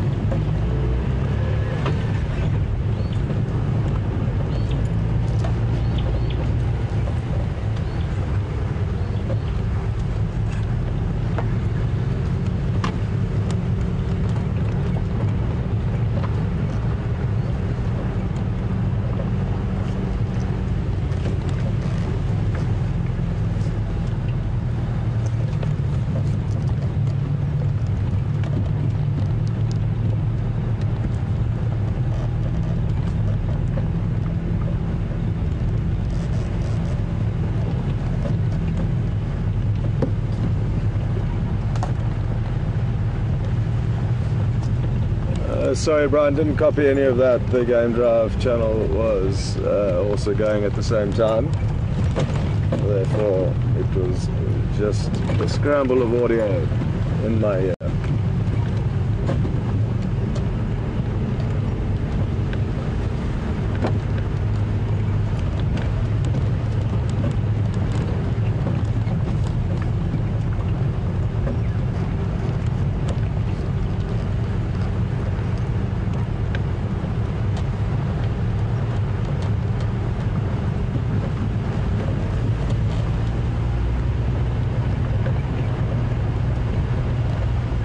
Linda in California has just asked a question regarding the catfish and whether the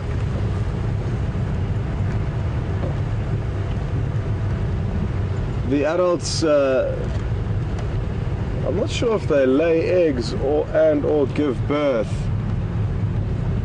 to live young. It could be either, but I'm guessing they lay eggs, and whether the catfish lay them in very shallow water where the Hamakop was hunting, I'm not entirely sure, or whether the young naturally progress to the shallower water. I'm guessing probably a combination. The adults would probably lay the eggs in an area that is safe, and a safe area would be that with a little bit of cover and foliage, just as it was in that corner. Or it could simply just be the young catfish instinct to head to areas where there is undergrowth and or cover to hide amongst. So, good question, but I don't know the finer details of catfish upbringing, sadly. It's a difficult one to monitor because I guess it's often going on under murky water.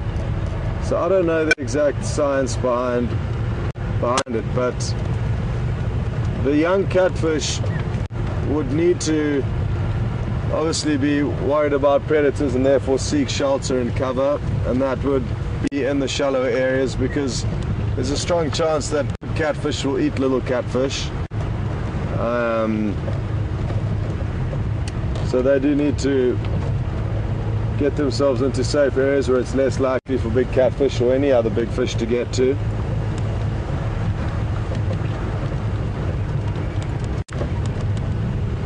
Nice question though, got my brain working and trying to work out what's what, but don't know the exact details behind that. Sorry Linda.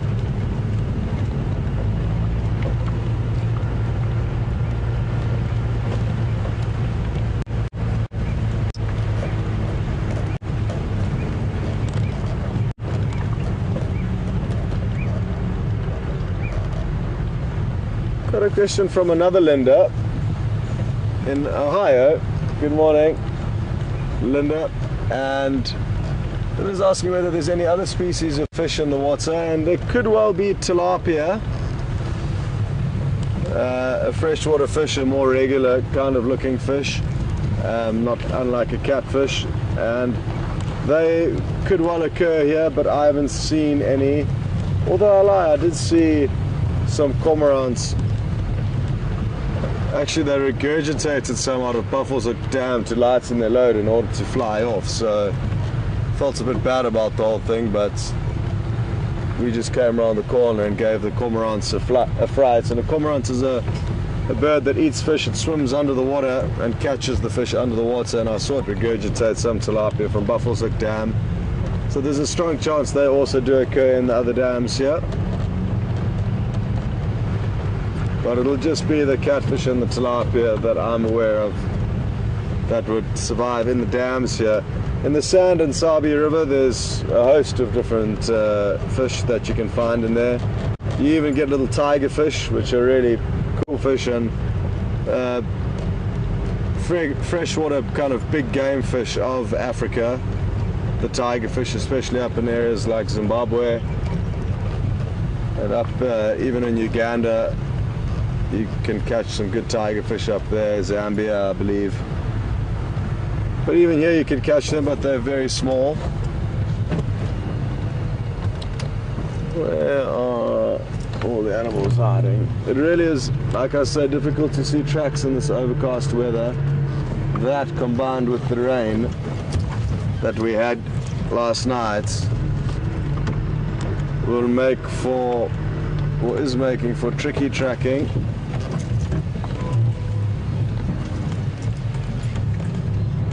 But as long as we're driving around out here, there's a chance we could find something. Even if you don't know where you're going or what you're looking for, you could drive down these roads and bump into things. So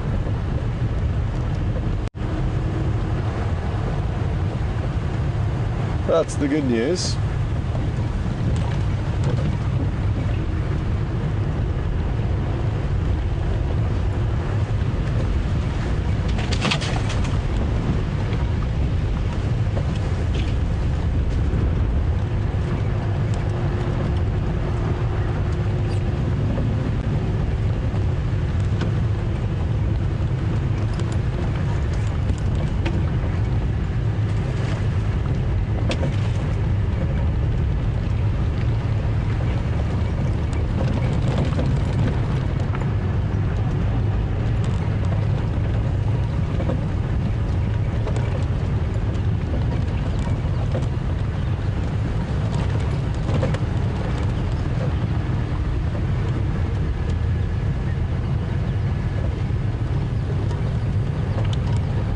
Got a question through from Susan in the Netherlands, asking what my most memorable moment was out here, happy or sad. And it was probably capturing, or seeing rather, Karula catch the little baby impala that had been orphaned by Karula killing its mother the night before. So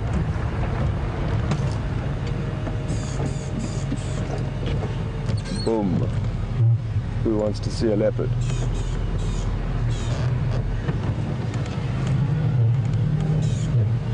So, like I say,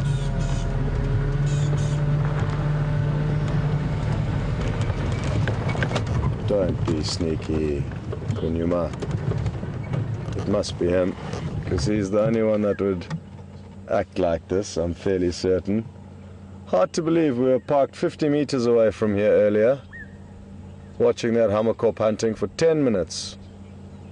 And I've just driven a big circle around and come back to the dam and found the leopard.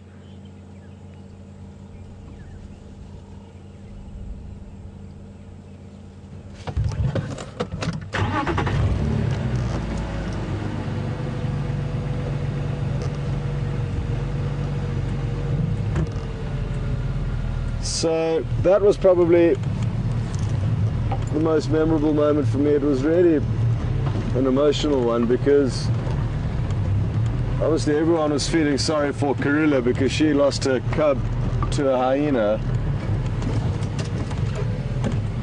Then the following day we found her looking for her cub in the same place where the hyena managed to steal it. And she led us back to a kill that she had made, and the kill was an adult female impala. And hanging around the area of this adult female impala was that adult and female impala's baby that was staying, looking for its mother, wondering where its mother had gone. And myself and VM were parked nearby, and we knew of this baby impala being stranded or left in the area, and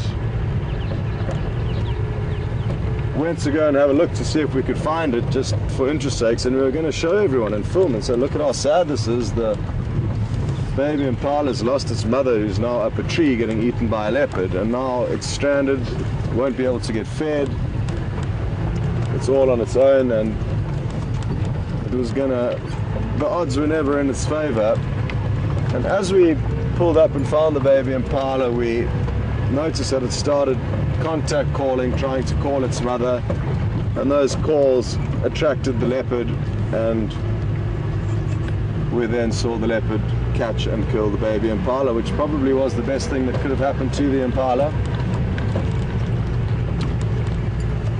the baby. But still really hard to see, but also great to see how nature does turn and change, and death is common out here. And everyone felt sorry for Karula because she lost her cub, but within 24 hours she had killed two other animals, so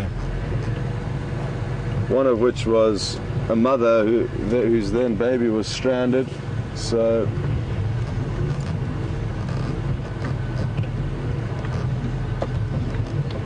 yeah, it was a memorable sighting and a really interesting one in terms of the story behind it. I hope we haven't lost this leopard.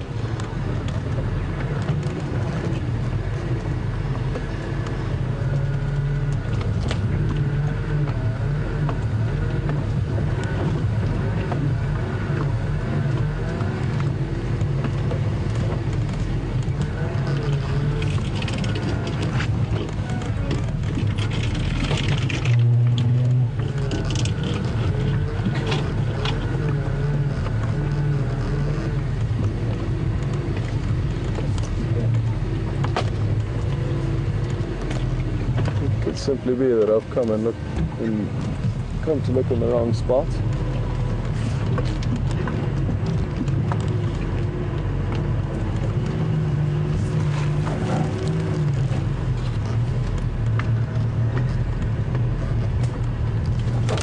I'm guessing it's Kunyuma just from his behavior. As we arrived, he tried to kind of slink off. Oh, I'm not too sure. But that's more typical behavior from him.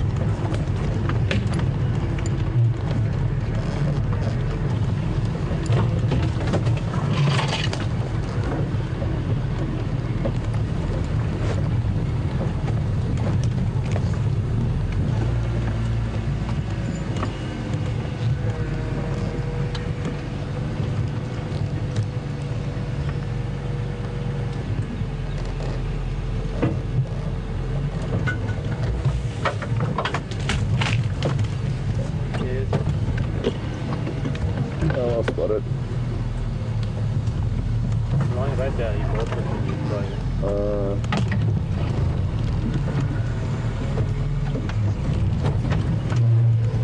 okay.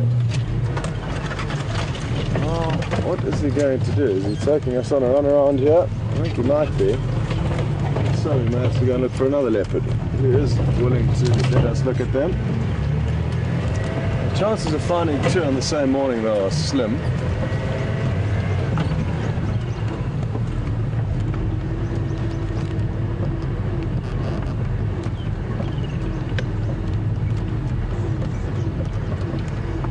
Well, again, ridiculous luck continues to find both a pride of lion and a leopard ourselves on the same morning. It's really good going.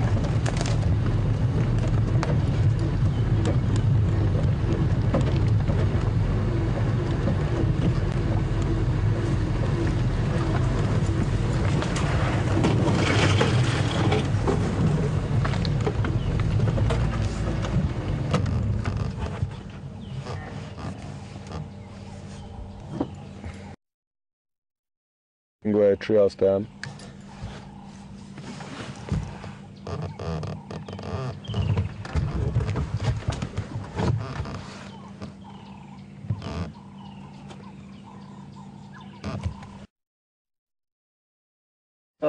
He's moving around a little bit.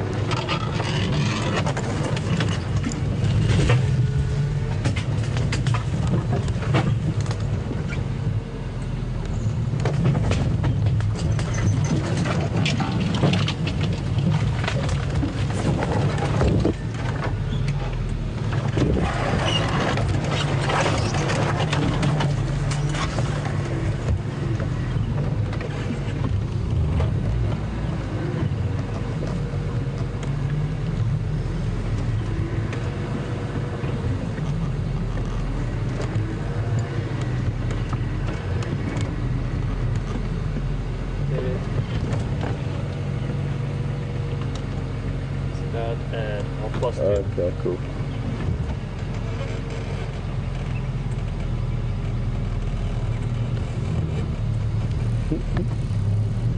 See him, but it's not Yeah. good enough for visual. All good. Can I come to you? Just open this and just see the place. Okay, a little bit forward.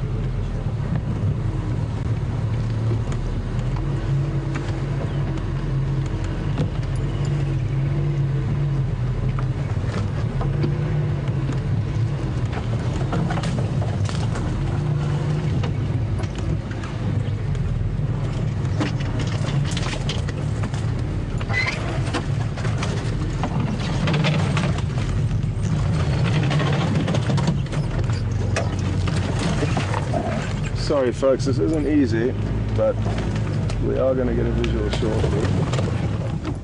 And he could well run up to us and say good morning. Sorry? I got him. Beautiful.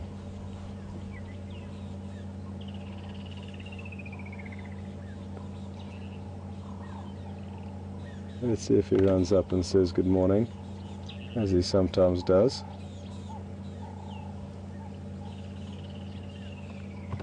Brian, you can go again with that last message just once I've, in a more stable scenario, concentrating less on the finding him, but I would like to relay that in a moment.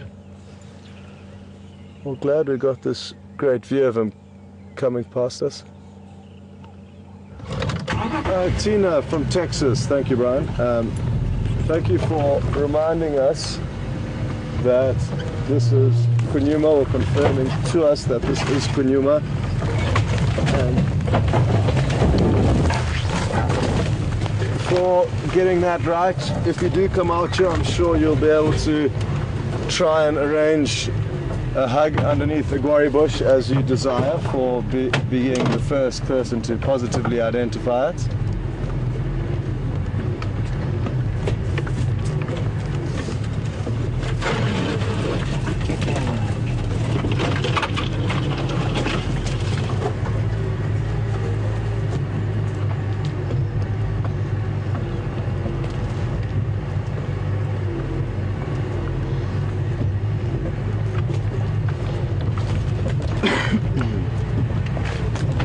Well, looking forward to trying to spend the next half an hour of this drive with this beautiful leopard. We have been seeing him more than any other leopard over the last week, and quite possibly over the whole production. It would be interesting to know. Oh. Did you get that, Bill? Not recording, but I got it. Okay. That was wonderful, him springing over that log.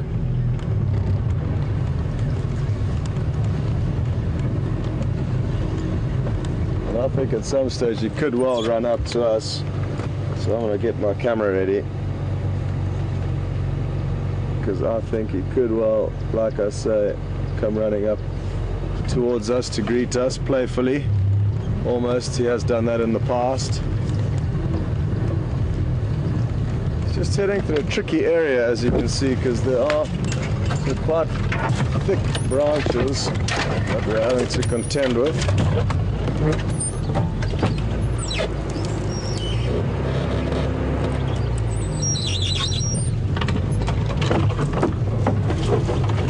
But for now, we've got visuals of a beautiful leopard, and we'll do whatever it takes to stay with it for as long as we can. But I do fear that this area that he is heading into is going to prevent us from being able to follow him further.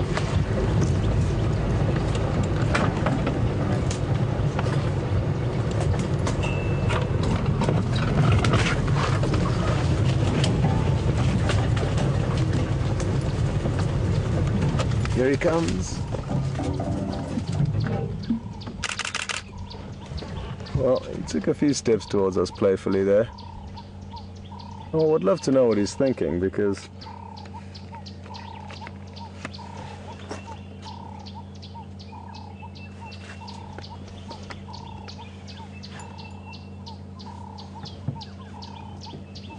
Kunyuma is mobile upstream from Treehouse Dam and that drainage.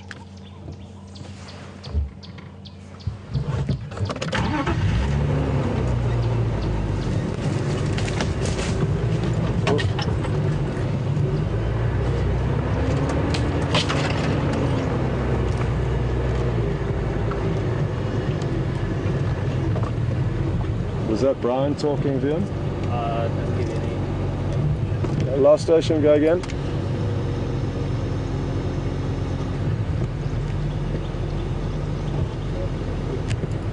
Kunyuma.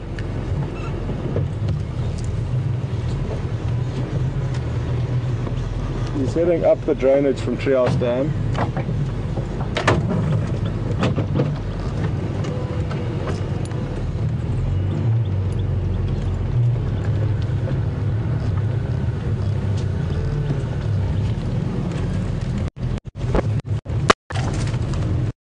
Oopsie.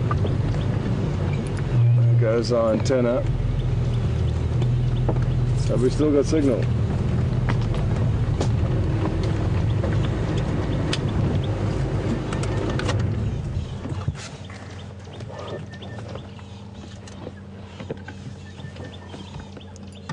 Hold on, VM.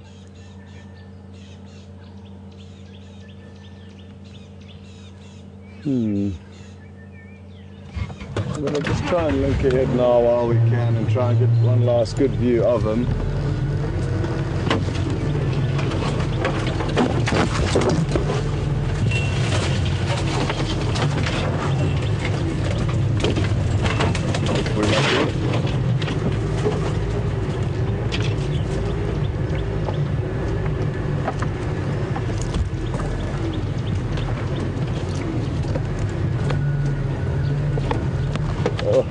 There's just so many bushes in the way, but we can try.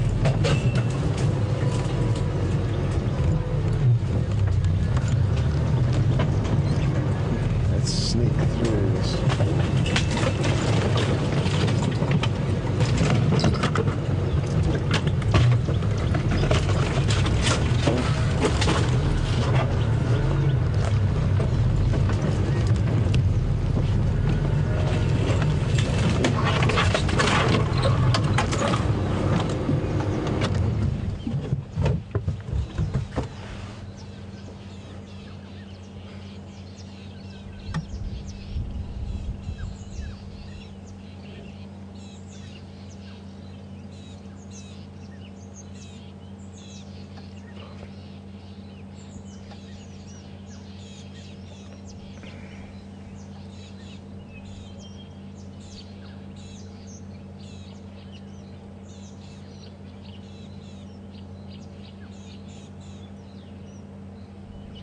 He really does love this drainage line. We've had his tracks heading down into here countless times, but really difficult to follow him in here.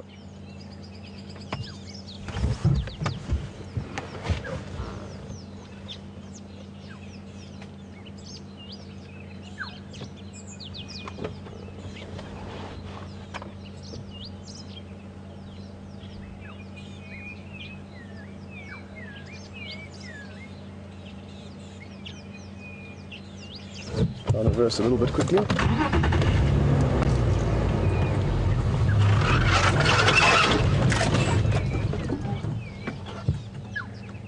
Oh.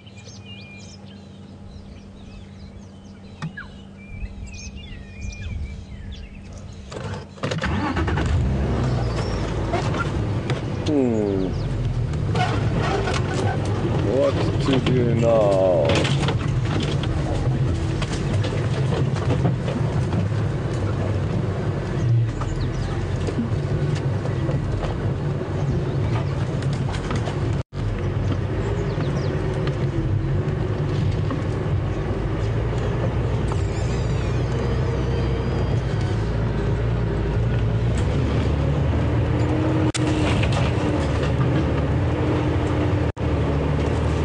I think that could well have been the last visual we get of him. Possibly during the whole production, sadly. We may not see him ever again during this production. Oh, that's a horrible thought.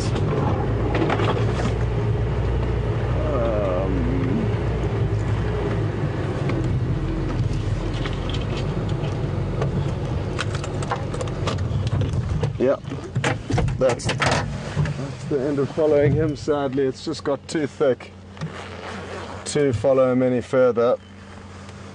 And just taking off my jersey because I've started overheating.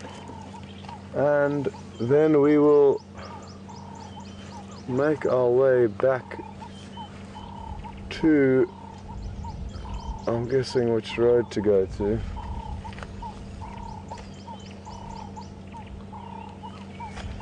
Where would be the best place to head to from here?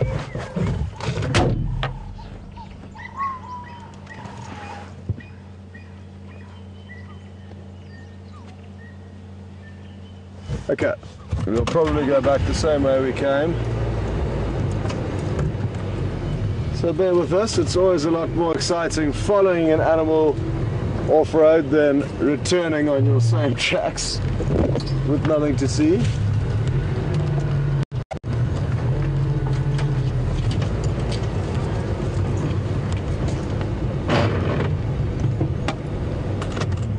I've lost his visual. He's headed up this thick drainage line and upstream from Treehouse.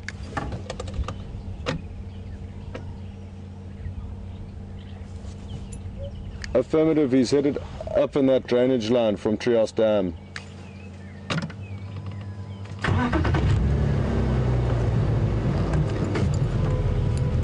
Yeah, sorry Tex, it's too thick here. I tried to follow him as far as I could, but yeah, too thick. Maybe somewhere on Shabam Road or that link from Treehouse he'll pop out.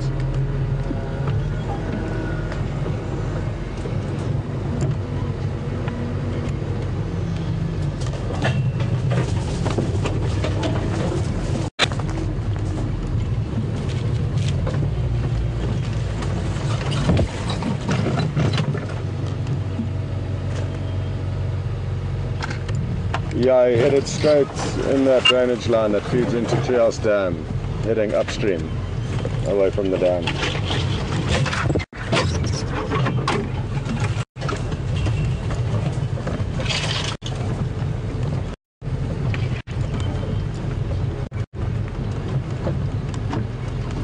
Well, I'm very glad to get a glimpse of him this morning. Got really lucky being able to spot him lying by the dam there.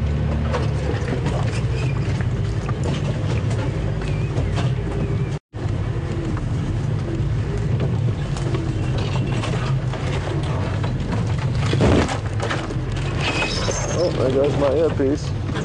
Scott, yeah? I need to do a quick repair on the antenna. We need to shut down the transmitter. Okay, well folks, my earpiece just got caught in a thorn bush that I need to go and fetch, and VM needs to fix the antenna that broke off when we hit a tree earlier, so we're going to turn down the transmission and we'll pop it back on as soon as we are sorted out. So give us a few minutes and we'll see you then. We have retrieved the earpiece from the thorn tree and fixed the antenna, and now slowly headed along in the general direction that he was moving in, hoping to potentially get a glimpse of him.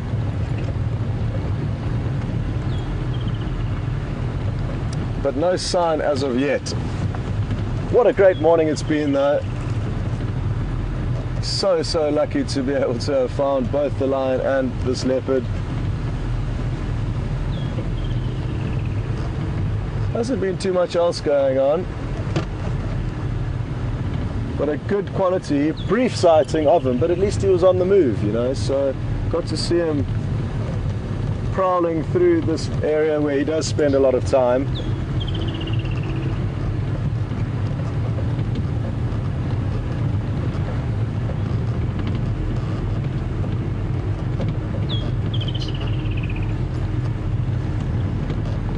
And there's still a very small chance that it could have popped out onto this road that we've just turned onto now and be heading straight towards us, which would be a magical way to finish the drive. If not, we may bump into something else at any stage. So that is the beauty of being archers, that we really just don't know what we're going to come across and when.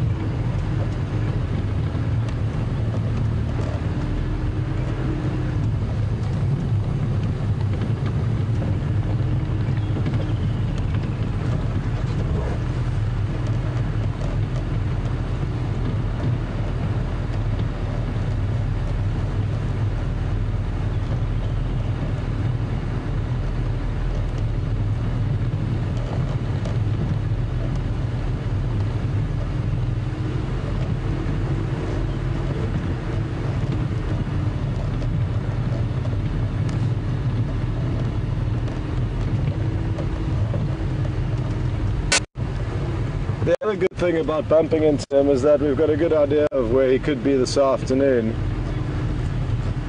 So useful intelligence to keep track of where these animals move.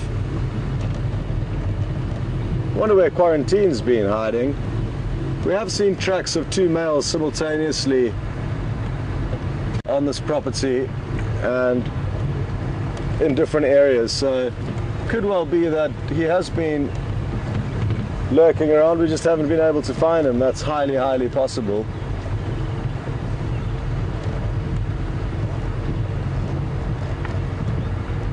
I mean, we can just take this sighting for example. We were parked probably 50 meters away from him, no more, watching that hummerkop for 10 minutes, 15 minutes, and we had no idea that he was there until we had done a massive loop around the whole area and come back and approach the dam from another side, and that's when we got to see him initially.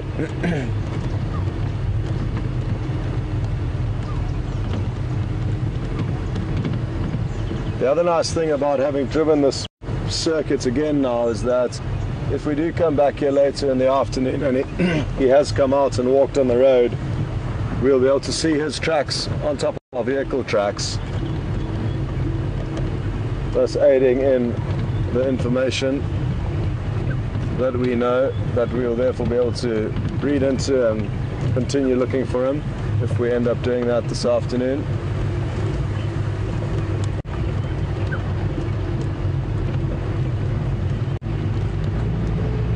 But sadly, no sign of him popping out now, so we shall continue and try and get to the quarantine clearings, which we should be able to do before we close. There's been a lot of good general game in those clearings. That would be nice to show you.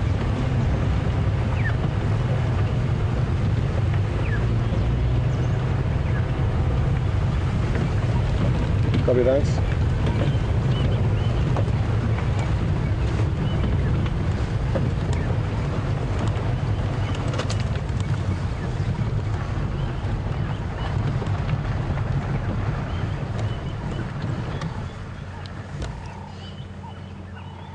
I'm moving out of the area, but have checked around to Shabamram. No sign of him coming out yet.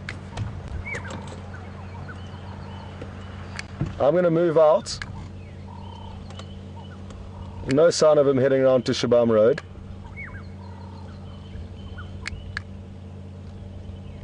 No luck, but I would suggest heading towards Shabam Road and checking around that Mudwalla.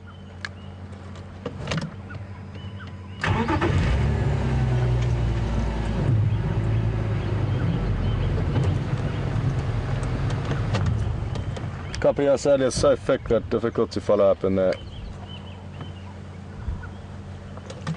This little tiny bird here, I don't know if you can get it. It's a greenback Cameroptera. It's a really cool little bird. Tiny but so cute. I don't see it. It's just in this little buffalo thorn jumping about here. Got it there? Ah, okay. I see it. It's very small. And also behind everything. Yeah, it's just wait while it may pop out. Looks like it may be coming up into a spot. Oh no. There we go. Beautiful little bird. Its call sounds like two marbles or glass being clanged together.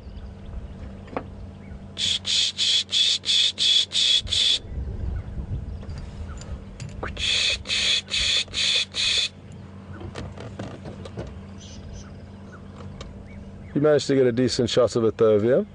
Yeah, we had some glimpses. Okay, well, a few glimpses, and for the birders out there, that could well be a new bird for the bird list. The greenbacked Camaroptera.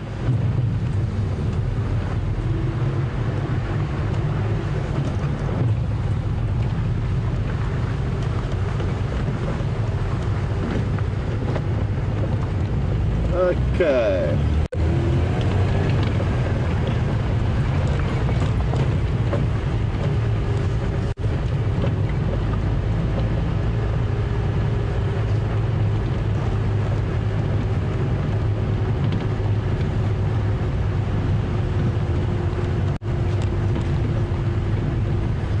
Just got a question through from Doug in Cape Town. Morning, Doug.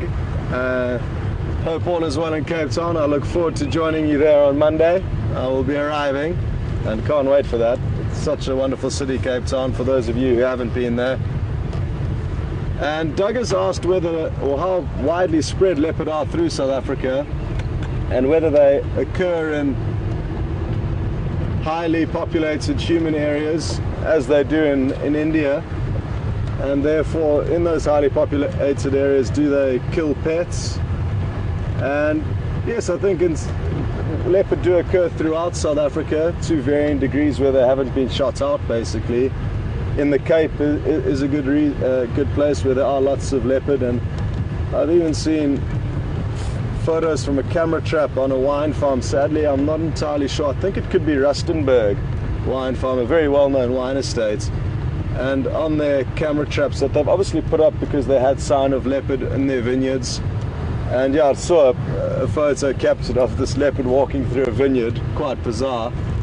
And because they are so shy and secretive and have the potential to be so secretive and not seen unless they want to let us see them, they can occur around humans without humans even knowing that they're there, other than potentially seeing their footprints. And in those areas of South Africa, yes, they will often catch pets. Leopards often target dogs, and I have seen, there's two videos that I've seen from CCTV footage or surveillance footage of dogs being caught by leopards. I'm not sure though where that was, whether it was in India or in various parts of South Africa. Sadly, it doesn't say on the videos, but there's two videos of dogs being caught. And it is a big problem for people who live out in wild places with dogs. Friends of mine in Kenya have to be very careful with their Springer Spaniel out in Samburu, because leopard there have tried to catch it on several times, and they will certainly try and catch dogs as the main pets. So yes, Doug, they do occur widely throughout South Africa, and they certainly will catch any prey that is easiest for them, and obviously a domestic animal will be an easy target. Also a lot on farms. Farmers will lose dogs and also livestock to leopard. And I'm always hearing reports from all over South Africa of different leopard being seen in areas where you typically wouldn't expect to see them. To view them as we view them here, it's abnormally good viewing, and they are abnormally well habituated to the vehicle. And this has taken years and years of game vehicles being out, finding leopards, knowing when they give birth, exposing the cubs to vehicles from a young age, and over the years they've slowly become more and more relaxed with the vehicles and allowed us to view them to the degree that we do. The other thing that helps with this area in specific is that there is just a high leopard density here, so lots of opportunities to habituate the different animals. But you certainly won't get leopard sightings of this quality, even though leopards may well occur in different reserves throughout Africa. You won't necessarily see them as relaxed as we are seeing them here, that's for certain. So really privileged with the views we get of leopard here, and it's certainly not the norm. And it appears we have an interesting roadblock ahead of us. A very pretty roadblock that I'm happy to be stopped by.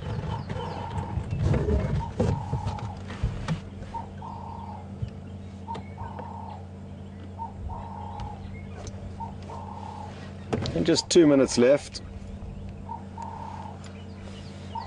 And Brian's just pointed out that he can see the mother of a wildebeest that was named after him, and Vim will be able to focus on her. She's the one standing up, actually. Maybe she knows that we were talking about her, and now she's going to model for us.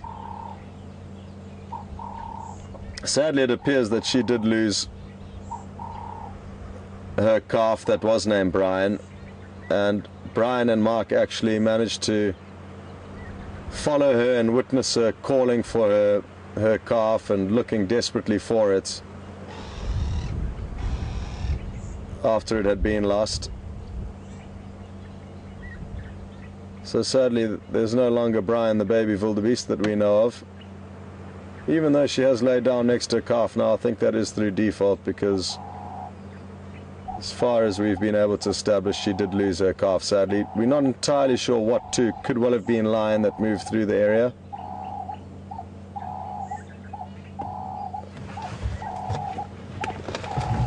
Anyway, from myself and Brian in final control and VM on camera, thank you so much for following us this morning. I hope you've enjoyed the safari, and look forward to this afternoon and whatever action that brings. Good prospects with lion and leopard both being seen this morning, so we know where they are, and hopefully the weather stays good. But until then, have a wonderful morning or evening depending on where you are in the world, and thanks very much for all your support, and we will see you a bit later.